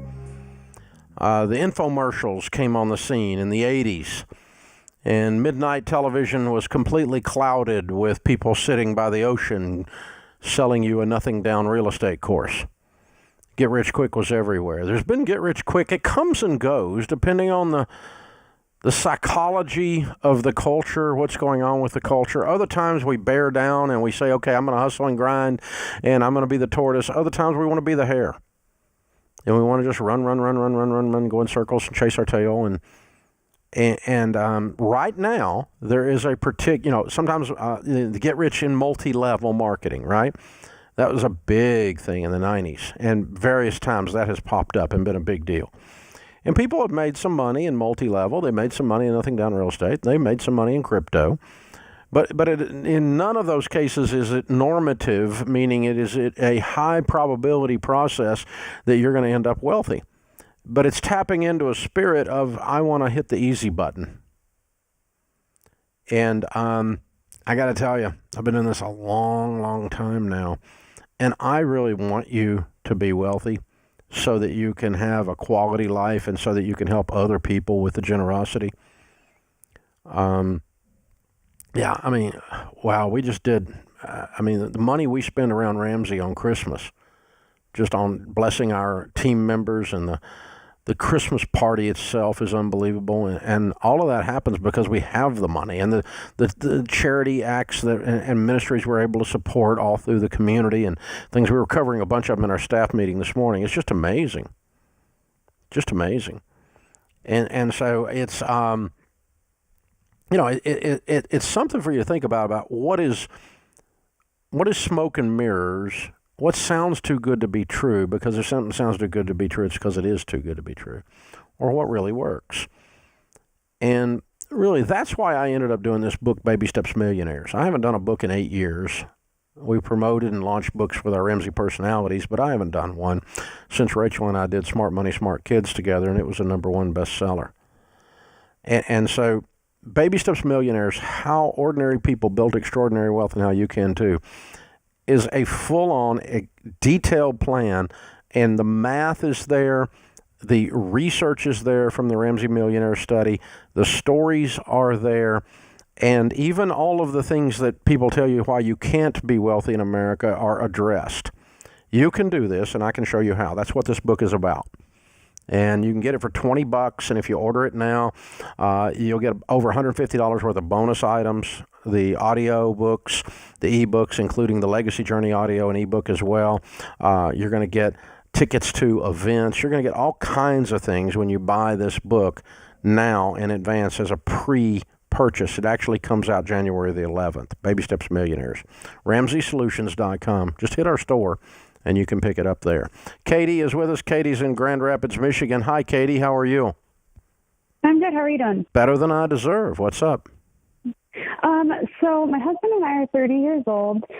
We typically save between $20,000 and $30,000 a year. Way to go. And we've kind of just been, we've kind of just been holding on to that cash. We're in the middle of a fixer-upper. We talk daily about starting a business, that type of thing. But we had purchased a house when we first got married that we had turned into a rental before the pandemic. And then with the increase in the real estate market, we over doubled our money by selling it. So we paid off the mortgage of the fixer-upper house that we're living in now. Great. And we still have about $100,000 in cash, though, which is an excellent problem to have. Yeah, really. But I know. I'm not complaining. But now we don't really know what to do with it. So you are 100% debt-free. Absolutely. You don't have a debt on anything anywhere. You own one piece of real estate that's a fixer-upper. Yep. What's it going to take to fix it? So we've done most of the work ourselves, and we're a good chunk of the way. Like the main floor is all done, just like trim and stuff. At this point, it's mostly just cosmetic. We finally have a bathroom and a kitchen. What will it take to finish it? It will probably take about, 10 to 15 grand of just random stuff. Trim is not going to be cheap, that type of thing. Okay. All right. Here's the thing. I would use a little bit of your cash to speed up your process and get finished. Yeah. Living in a fixer-upper is emotionally draining. Absolutely. Especially more for you than him, because guys can live under a bridge. I know. But it's difficult to have Christmas in a fixer-upper. I mean, it's just the sawdust smell it's cute for a while, but after a while it's just sawdust. Can you tell I've done this? So, So one of the failures of my life and my marriage. But anyway, So here's the thing. Yeah. Go ahead and spend some money. You made a little money. You don't have to go crazy, but it's time to turn up the schedule with a little money. So here's what I'm going to do. You told me 15. I'm going to say set aside 25 to 30,000 of this money over to the side and get your budget redone and finish this stinking house now. Right. Now. Okay? Does that feel good? Yes. Good. Now, then you got 70,000 left over to do some other stuff. What's some other things you need to do? Are you needing to buy a car? Are you needing to do something? Or are you just going to invest it and give it? We probably do need to buy at least one new vehicle. All right. We've never purchased anything. Good. It's time. Yeah, you guys have been living on the cheap for a long time, and that's a good thing because it got you where you are. And I'm not suggesting you act like you're spending like you're in Congress, but I am suggesting you've earned the right to drive a decent car and finish your stinking house. All right. So this is investing into the quality of your life. And the difference, you're driving a $3,000 car, right? Yep. The difference in a $3,000 car and a $10,000 car is substantial. Okay. In terms of your quality of life, your dependability, your creature comforts, you're not going crazy. I didn't say go buy a $50,000 car. I said buy a $10,000 car. It's 3 times more car than you got now. So what I want you to do is go through your life and say, all right, we've been living life at a 2 out of 10. Mm-hmm. And what I'm doing is through this conversation together is I'm dialing it up to a 5 out of 10. Okay. Not a 7 out of 10 or a 9.9 out of 10. Okay? Mm-hmm. I'm just dialing your lifestyle up a little bit. And the difference of the quality of your life within 6 months of doing all these things, you're going to see substantially. Oh, and here's what's weird. You're going to prosper even more financially. Because when you're not working on a stinking house and a broken down car, your brain is freed up to work on your life. Yeah, that's fair. And that's why we do all this stuff. So I want you to enjoy some of this money with a little bit of turn up the lifestyle knob, a couple of clicks here on the cars, the eating out a little bit, maybe a trip is in the future. And then the rest of it we can invest and start thinking about buying another property that we pay cash for and we don't live in. and live in the nice one that you just got finished. So I am not suggesting that you go crazy here, but I am suggesting that your frugality and your care and your cheapness has earned you the right and put you in a position to get the quality of your life increased. And the weird thing is that will actually cause you to prosper. So that's the thing. How many of us know that when you're broke, your life looks like a country song? I mean, I've been there. And it's like the worst when nothing is going right is when the old car won't start. The stinking alternator's out. The stupid battery's corroded. This is how, but if you get just a little bit better car because you save up and you've gotten yourself out of debt and you're moving along like they've done such a good job. Aren't they impressive people? That was impressive. And you move up to a decent car that when you put the car in the ignition or you push the little button, whatever you do nowadays, the thing just starts. It's magical. Wow, what's that noise? Yeah, it's fun. And it gives you, the quality of your life goes up. This is The Ramsey Show.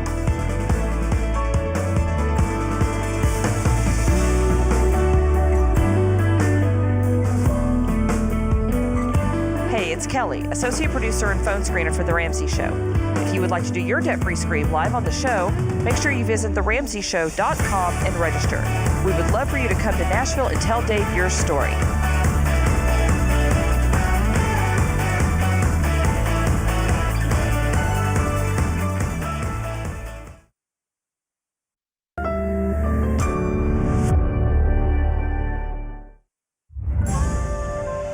This is The Ramsey Show.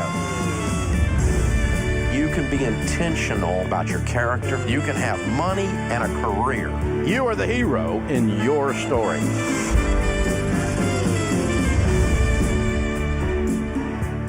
Live from the headquarters of Ramsey Solutions, broadcasting from the Dollar Car Rental Studios, it's The Ramsey Show, where debt is dumb, cash is king, and the paid-off home mortgage has taken the place of the BMW as the status symbol of choice.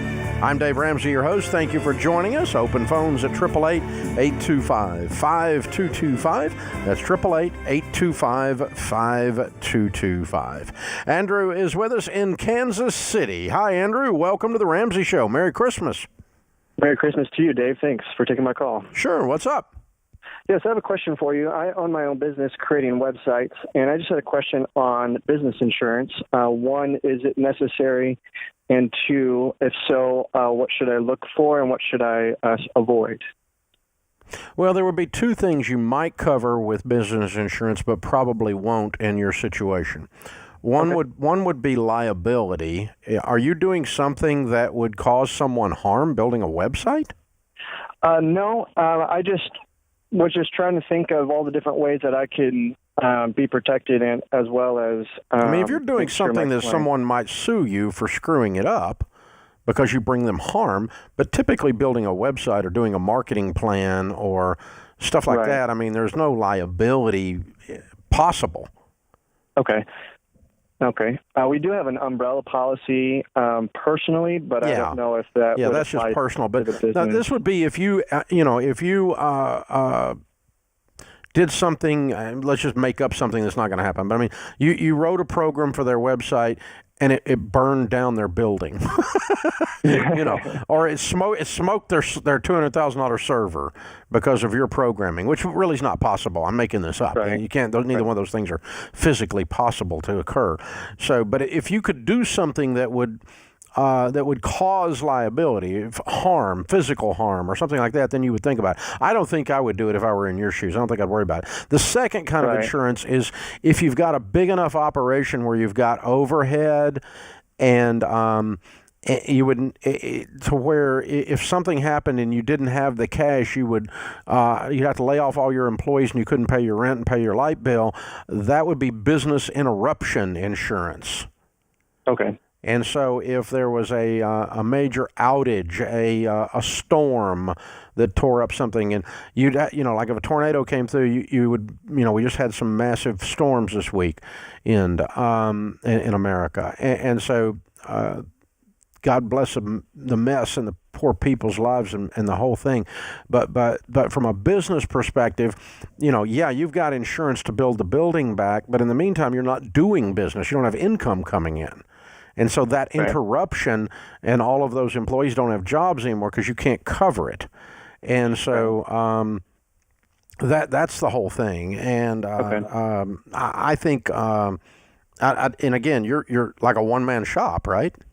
Yeah, just my wife and I. So you don't need business interruption insurance. Right. So you're fine. I would just let it ride. Great. I think your liability insurance. Now, if you get a bigger operation and you're worried about either one of those things, the liability of getting sued, or and there's something you can buy insurance for, then that's fine. Or there may be other ways to keep that out. One thing I would do when you get to some size, I wouldn't fool with it now, but I would go ahead and shift the business to an LLC when you get some size on it, that it might be a target. Sure. Because that way they can only get what the LLC has if the LLC the business of the LLC misbehaved in some way. You could lose only that asset, and like your personal stuff, no one could get through to. That's called piercing the corporate veil in order for them to do that. So, good question. Thank you for joining us, man. Open phones at 888-825-5225. Jeff is in Cincinnati. Hi, Jeff. How are you? Hi, Dave. How are you? I'm good. Good. How can I help? Dave, I'm 51 years old. I work in a dyeing industry, and our plant's going to shut down, and at the latest it's going to stay open as 2027, but it could shut sooner than that.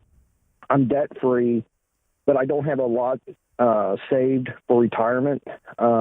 Just wondering what I should do so that I can retire decent. Okay. Well, you're probably going to be working more than 5 more years if you have zero saved for retirement. Right. But I mean, I make a good living. I gross about $165,000 a year. Okay. So what are you going to do when the plant shuts down in 5 years? Well, what I was planning on doing is starting a greenhouse and working for myself. Okay. All right. And what can you make doing that? Where I live, probably somewhere in the neighborhood of $40,000, $50,000 a year. Substantial drop from 165. Yes. Okay. So that's not going to really assist you in building a nest egg, because you're telling me you have no nest egg, right? Well, my home's paid for. I have 8.5 acres of land that's paid for. But you don't have any money invested in a nest egg for retirement. I got a small pitch, probably it'll be about $50,000 a year. But you don't have any money invested in retirement. No, not a whole lot. $20,000 in a 401k. Okay. All right. So since you have no bills and you have 5 years with this fabulous income, let's turn up the heat, man. Max out your 401k. Max out your Roth IRAs. Are you married? Yes. Okay. What's she make? She doesn't work. She has a lot of health issues. Okay. So you make $165,000. Max out 2 individual Roth IRAs. Max out your 401k. That's about $40,000 a year right there. Okay. And let's just turn up the heat and let's see how much money we can get saved in the next 5 years. I mean, let's just pretend that you saved $50,000 for 5 years. That'd be $250,000 in your retirement account when the plant shuts down. Okay. And while you're at it, you need to pile up enough cash to build this greenhouse for cash. All right. Over the next 5 years. So you got 2 goals here that you need to budget for, and you need to really lean in on that. So here's the thing. If you put $250,000 in there and you don't ever save anything else, every 7 years or so it will double if it's in good mutual funds.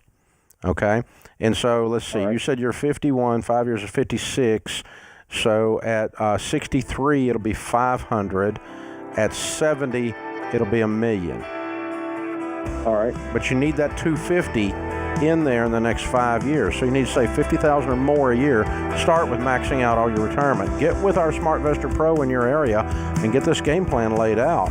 You've done a really good job of putting some basic assets in your life that paid for real estate stuff. That's amazing. Now let's put some cash in there to eat with, my man. And you'll be in much better condition attitude-wise when this plant goes shutting down on you.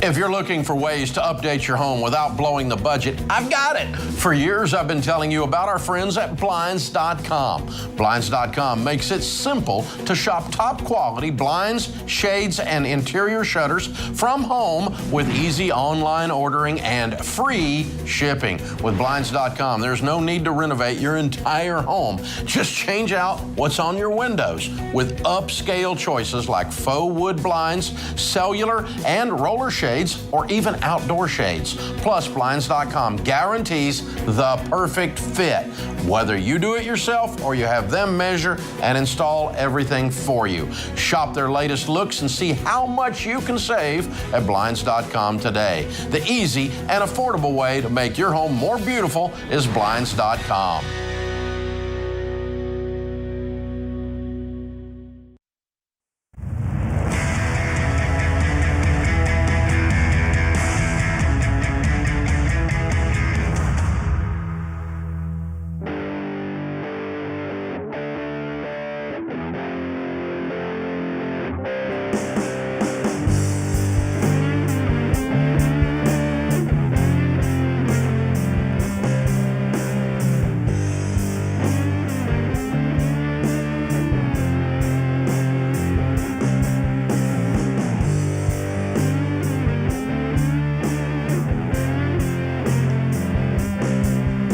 Thank you for joining us, America. Open phones this hour at 888-825-5225. One of the things going around America right now is Get Rich Quick has kicked into gear again. Periodically, we go through a Get Rich Quick phase in our culture, and we're in the middle of one. People are looking for quick, easy ways to become wealthy, and those are always fraught with danger. But nothing down real estate is popped up again as a way to get rich quick, and you can get rich quick, but you'll go broke quick in it too. Any way you can shortcut anything having to do with money. A lot of people buying Bitcoin on that same premise.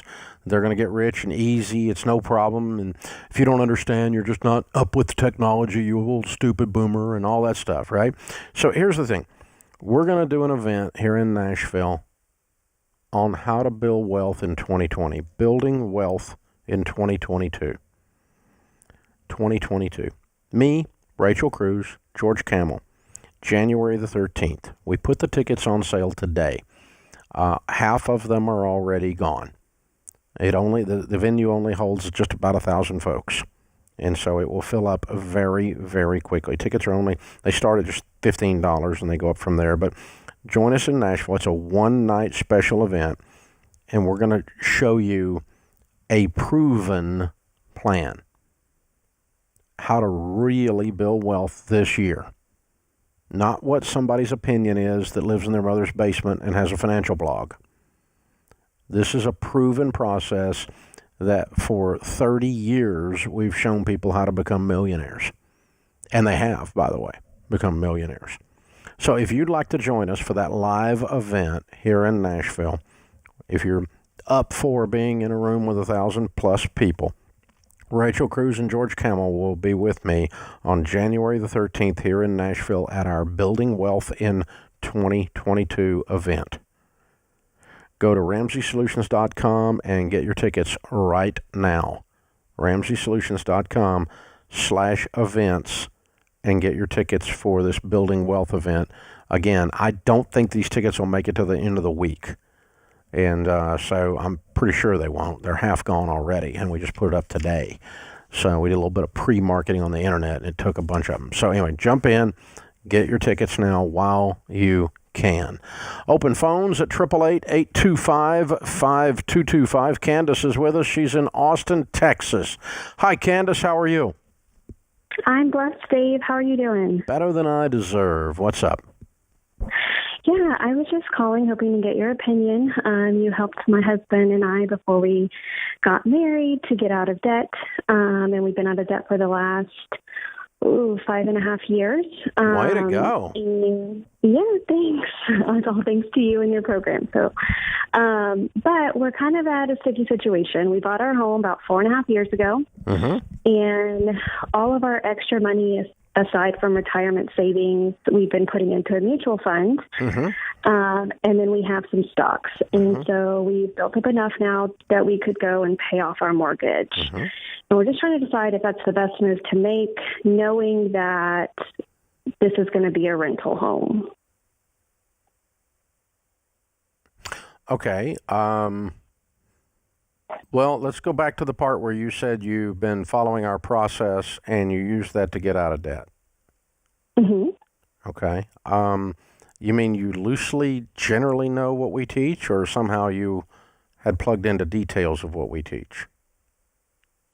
No, I mean, I definitely can plug in the details. We have our, okay, so you know my answer to your question then? I mean, I think that we should pay it off. I mean, have you ever heard me in any of our teachings say anything else? No. Never one time did I tell people to build up money into a mutual fund and in single stocks to pay off their mortgage. I told them to just pay off their mortgage. Does that sound familiar? Yeah, no, I mean, we put the money into mutual funds rather than just having it in a savings account, but I understand. I understand. What I'm saying is, what I'm trying to understand is, I think we inspired you to get out of debt, but you never really got down into the details of exactly what we teach in the baby steps and how to do it, because you wouldn't have done what you've done if you understood that. If you were following our stuff, which you said. Because we don't teach people to do what you've done. We teach them to pay off their house. And so now that you've done it, though, you got the money, yes, I'd pay off your house today. Now, then you've got a paid-for house. Wait a minute, you said rental, which means you're going to sell that, or you're going to move to another house and take out a mortgage? Yes, well, we want to, our plan is to then snowball money to buy a piece of land to build our home on. With cash?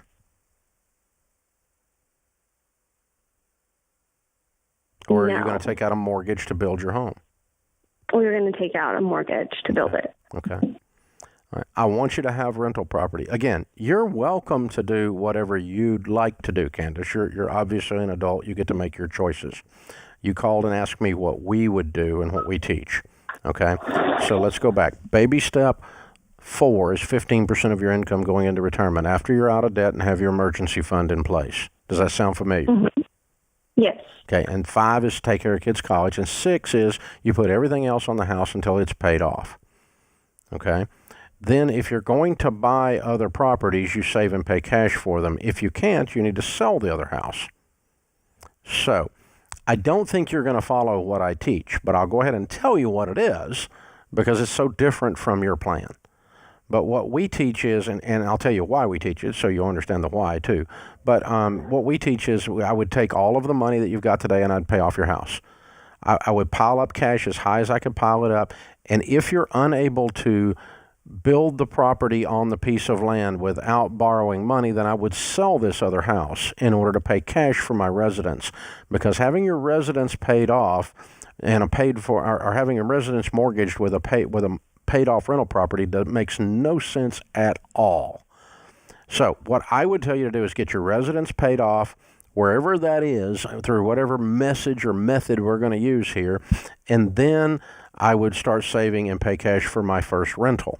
But in no case am I going to tell you to borrow any more money in all of these scenarios.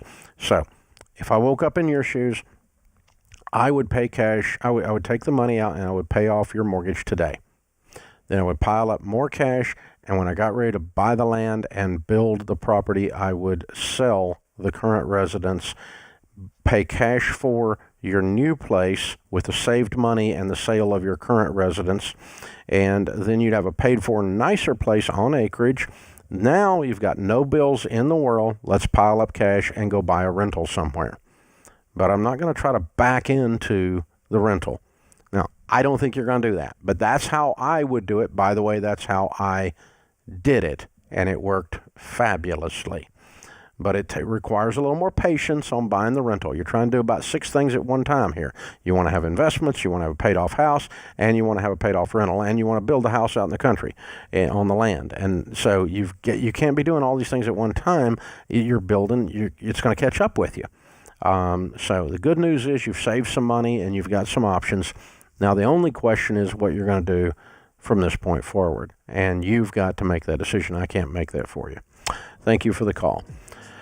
Open phones at 888-825-5225. If you want to know what the baby steps that we teach are exactly and exactly how to follow them in detail, that's what the best-selling book, The Total Money Makeover, is. It's on sale for $10 right now.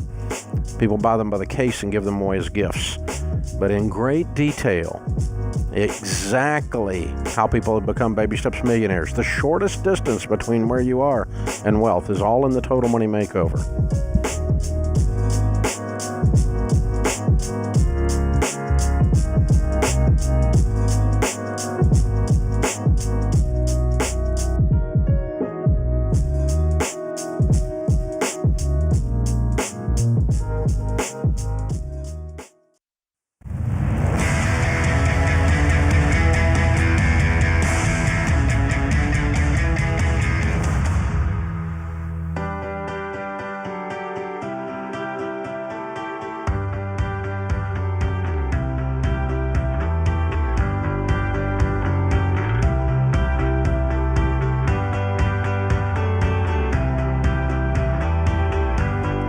In the lobby of Ramsey Solutions on the debt-free stage, Rick and Laura are with us. Hey, guys, how are you? Good. Good. We're happy to be here. Merry Christmas. Where do y'all live? We live in Kingsburg, California. Ah, cool. Good to have you. And all the way to Tennessee to do a debt-free scream. That's right. How much have you paid off? We paid off $74,052.32. Excellent. How long did this take you? Took us 7 years and 8 months. We were turtles, Dave. Okay. And your range of income during that 7 years? We started out at $44,000 and we ended up at $72,000. Okay, cool. Very cool. What kind of debt was your $74,000? Well, most of it was our student loans. We had $55,000 in student loans. We had just over $14,000 in credit card, and then we had another $4,500 in a family loan. Ah, okay. Yeah. All right, cool. So what put you on this journey? Tell us your story. Well, we came to a church in Dinuba, California, near Kingsburg, and part of the process of coming on staff as associate pastor at the time was to take the Financial Peace University class. Oh, wow.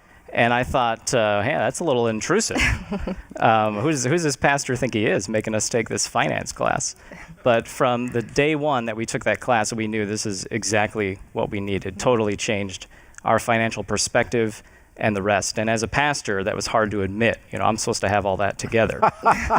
So I understand. Yeah. I understand. Cool. So you began the journey, and it was a slow, long slog, huh?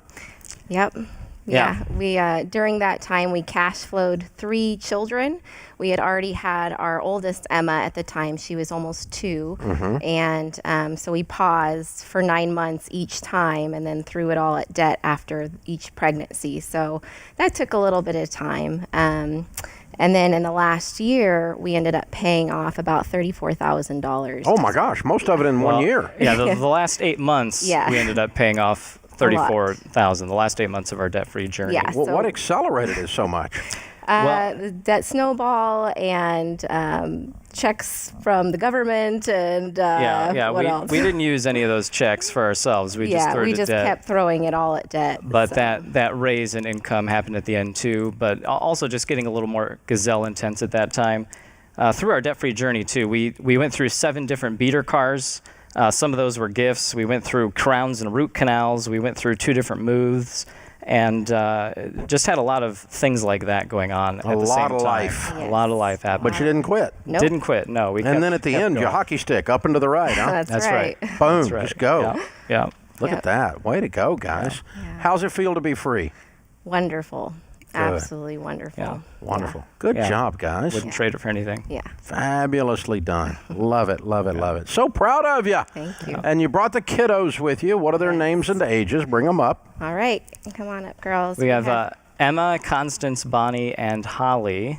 Emma is 10. Yep. Constance right here is 7. Mhm. Bonnie is 4. And Holly is 15 months. Oh, here we go. Okay, cool. What do you tell people the secret to getting out of debt is now that you've done it? Be consistent. Don't give up. Yeah, Do your not give steadiness is what did it. That's Yeah. right. And the borrower is slave to the lender, but our only master is Christ. Amen.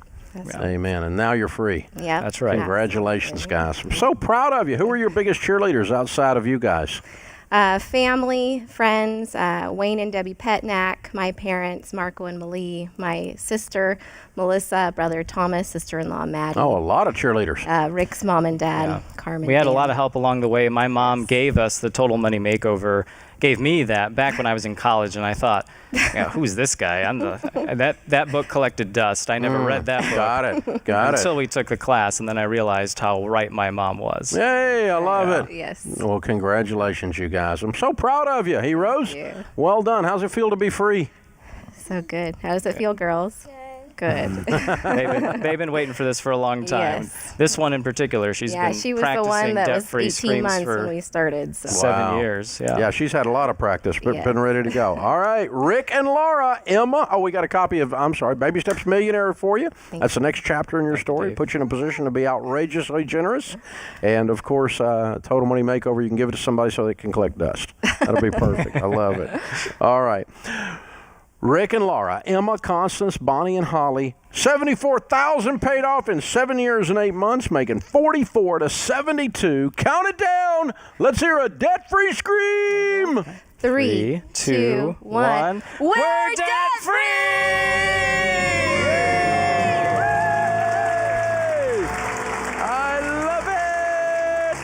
love it. Way to go, you guys. That is exactly how it's done. That is fabulously done. Well done, well done, well done. Chris is with us in Detroit, Michigan. Hi, Chris. Welcome to the Ramsey Show. Hi, Dave. Thanks for having me. Sure. What's up? So my question is, me and my girlfriend are looking to get married in the next few years here. And we don't really have a ton of money or assets to do that with. Neither of us has any debt, but we're wondering what we can do with like a wedding coming up, maybe a house or a rental or whatever we do. What kind of money we should have saved before we try to go ahead with getting married. How old are you? 20. And what do you do for a living? Currently, I'm a manager at a fast food joint. I've been applying a lot to get something in my field. What is your until field? I have bioengineering. And you have a 4-year degree? Not yet. I'm working on the last year of it. Okay. All right. All right, cool. And well, that would certainly pay more than managing a fast food operation, right? Yeah, it should. Yeah, what do you make now? 15 an hour. Okay, what does she make? Hers is a little spottier. She's in school right now for nursing, and she's doing clinicals, and will be doing furthermore like paid, whatever it's called. When will she graduate? Paid. She'll graduate in 2023. Okay. All right. And you live with your parents, she lives with hers, or what? Yep. Okay. All right. When are you thinking of getting married? Honestly, as soon as possible, but we didn't want to be reckless about it either. Okay. Well, I think if you're going to do it as soon as possible, you have a very minor, low-budget wedding, which there's no shame in, by the way. Lots of people have low-budget weddings and have wonderful lives. There's no correlation between the expense of the wedding and the success of the marriage. No statistical evidence of that, okay? Nor the size of the ring in the marriage. You guys can lay that out and say, okay, we're going to budget for this, and then we're going to get a little apartment, and we're going to put some used furniture in it, and we're going to be able to pay our bills with the work that we have. And we're going to have to work extra jobs and, do things to make ends meet. But you're not buying a house right now. You're going to get her through nursing school, and we're going to get you in your career long term. But, if you can work 60 hours at $15 and she can work some hours and keep going while she's going through nursing school, you can probably pay for a little apartment and, just get started with your lives and have a low-budget wedding. Again, some family and friends, and pick some flowers out of the field, right? Cook some hamburgers on the grill. It does not, being married does not require a big fancy, spend $100,000 to get married. It's not necessary. If you want to, you can, but not otherwise. So it just depends on, again. So and the way you do this is you just back in. You say, okay, it's Christmas. We want to get married in September. And between now and then, we got to save up the money to pay our deposits on an apartment, get utilities turned on. We have to work our budgets out and make sure we can do that. And we've got to save up some money to have whatever level of wedding we're going to have. And you start laying it out. And you go, okay, we can save $200 a month, and that's 9 months. So we can have, have a couple $1,000s to spend on a little wedding. And you lay it out that way. Figure out what you can do and back into the goals. And then you can decide, what your timeline is that's reasonable. So, hey, good question, man. Hope it works out for you. This is The Ramsey Show.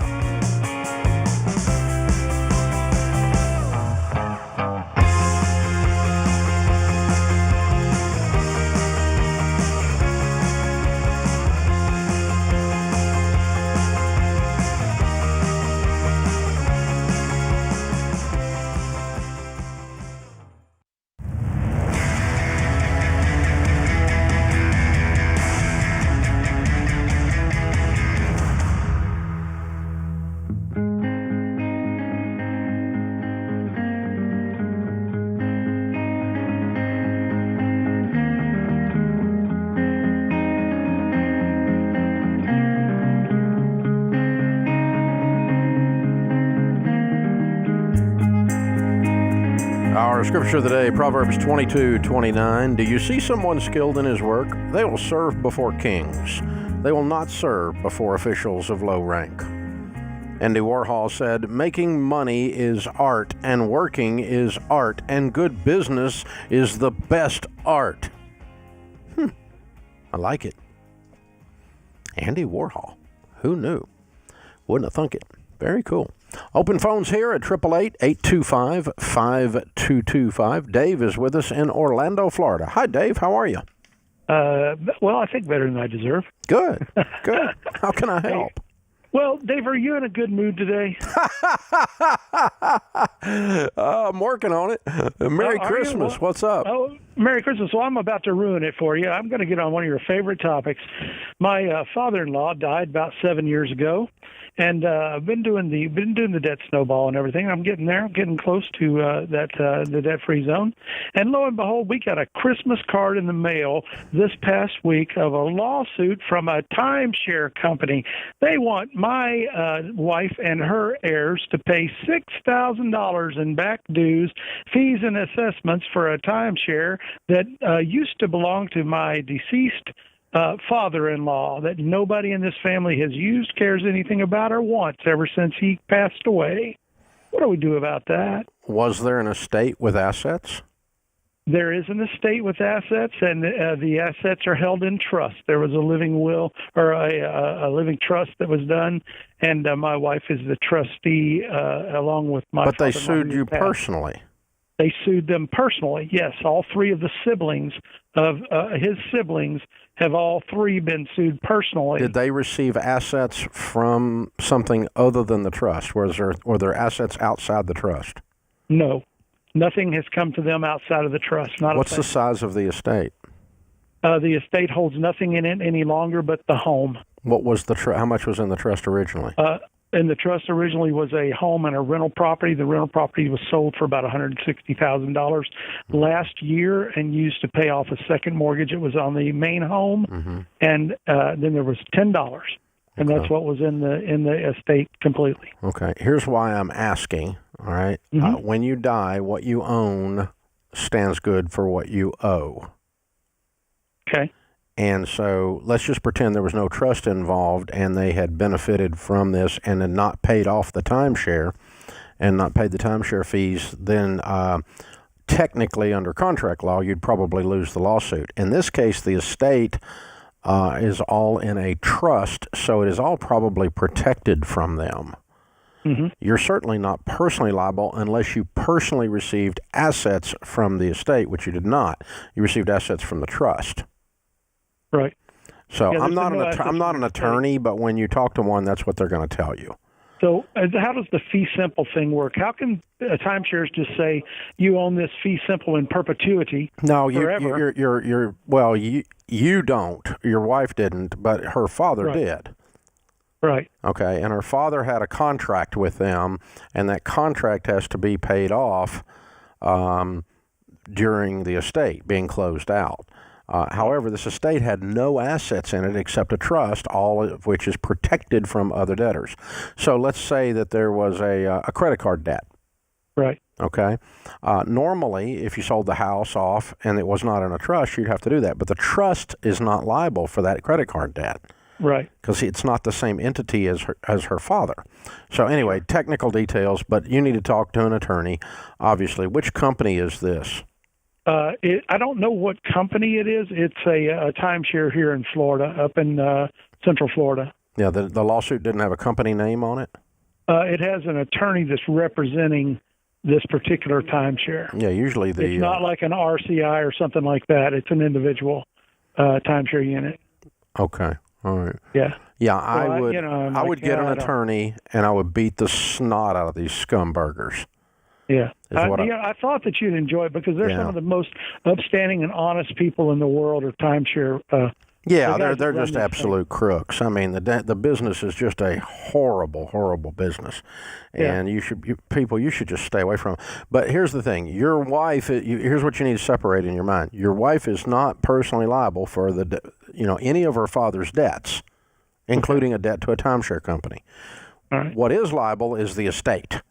And the only question is whether or not so if your wife took and her sisters took $20,000 or $30,000 out of a CD that was in his name and not in a trust, and didn't pay his bills, the credit card company that you didn't pay could come after them. I understand and that. that's the premise they're using to come after you. What they're not apparently informed of is the fact that the estate didn't have any assets. Yeah, they're suing for foreclosure. Yeah. Oh, we would love for them to foreclose. Yeah, well, they're trying to foreclose on my wife and her and my brother-in-law. Yeah, but they can't foreclose on them because they don't own it. Right. That's what they're trying to do. They're trying to foreclose on them in this suit. Yeah, they don't own it. You can't foreclose on me if I don't own it. You could sue me for foreclosure on that timeshare. I don't own it. Right, and that was what my question to you was. And how can they sue them? I'm afraid. Well, I mean, you could sue anybody for anything. You could just make up crap and file lawsuits. Yeah. It's happened to me. I mean, you can just make up stuff and just lie, and basically that's what the timeshare company's doing here. They're just trying to collect on something because they smelled that this estate's got some money in it and they didn't get paid. Right. And that's what they're coming after.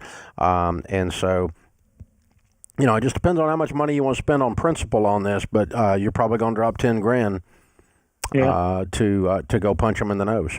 And that's what it's going to take. And if you need some help with this, there's an attorney that comes on here periodically that hates the timeshare business as much as I do, and he beats them up all the time for a living. His name is Scott Montgomery in Springfield, Missouri.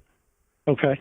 Write that down and call Scott and tell him what's going on. He can probably make an example out of these boys. He's pretty tough, and he knows his stuff. He's sharp. He comes on the air here with me to comment on the scumburgers in the timeshare business all the time. Scott Montgomery, Springfield, Missouri. There's timeshare attorneys all over America that fight the timeshare companies. Sure. But he's one that I just know of right off the top of my head that you could get a hold of, and you're going to have somebody defend you or countersue. Right. As your defense mechanism. And Sure. the other thing you could do is you could file all kinds of complaints there in Florida.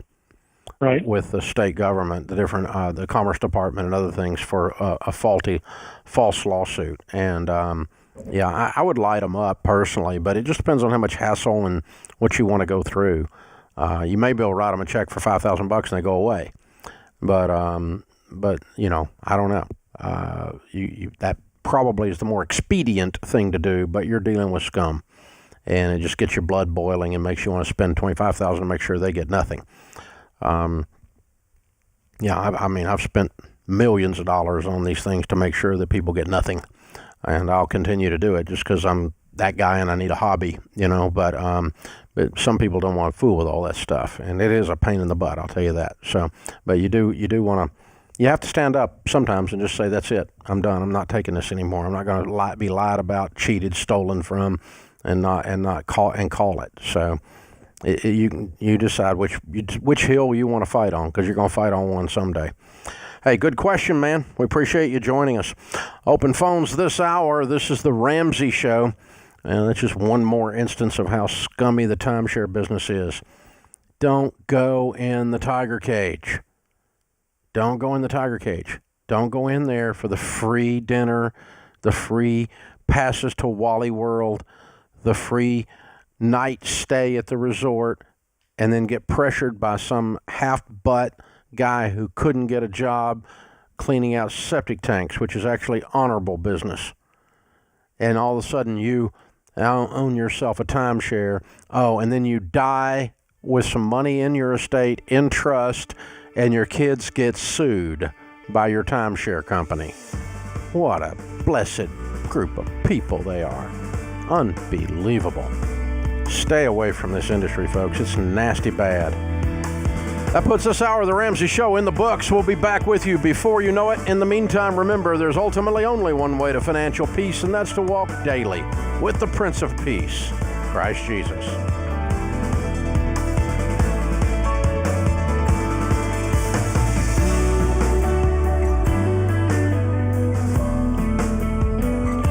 Have a friend or family member that needs a daily dose of Ramsey advice in their life? Let them know about the Ramsey Call of the Day podcast. It's a quick hit of advice about life and money in under 10 minutes. Check out the Ramsey Call of the Day podcast wherever you listen to podcasts.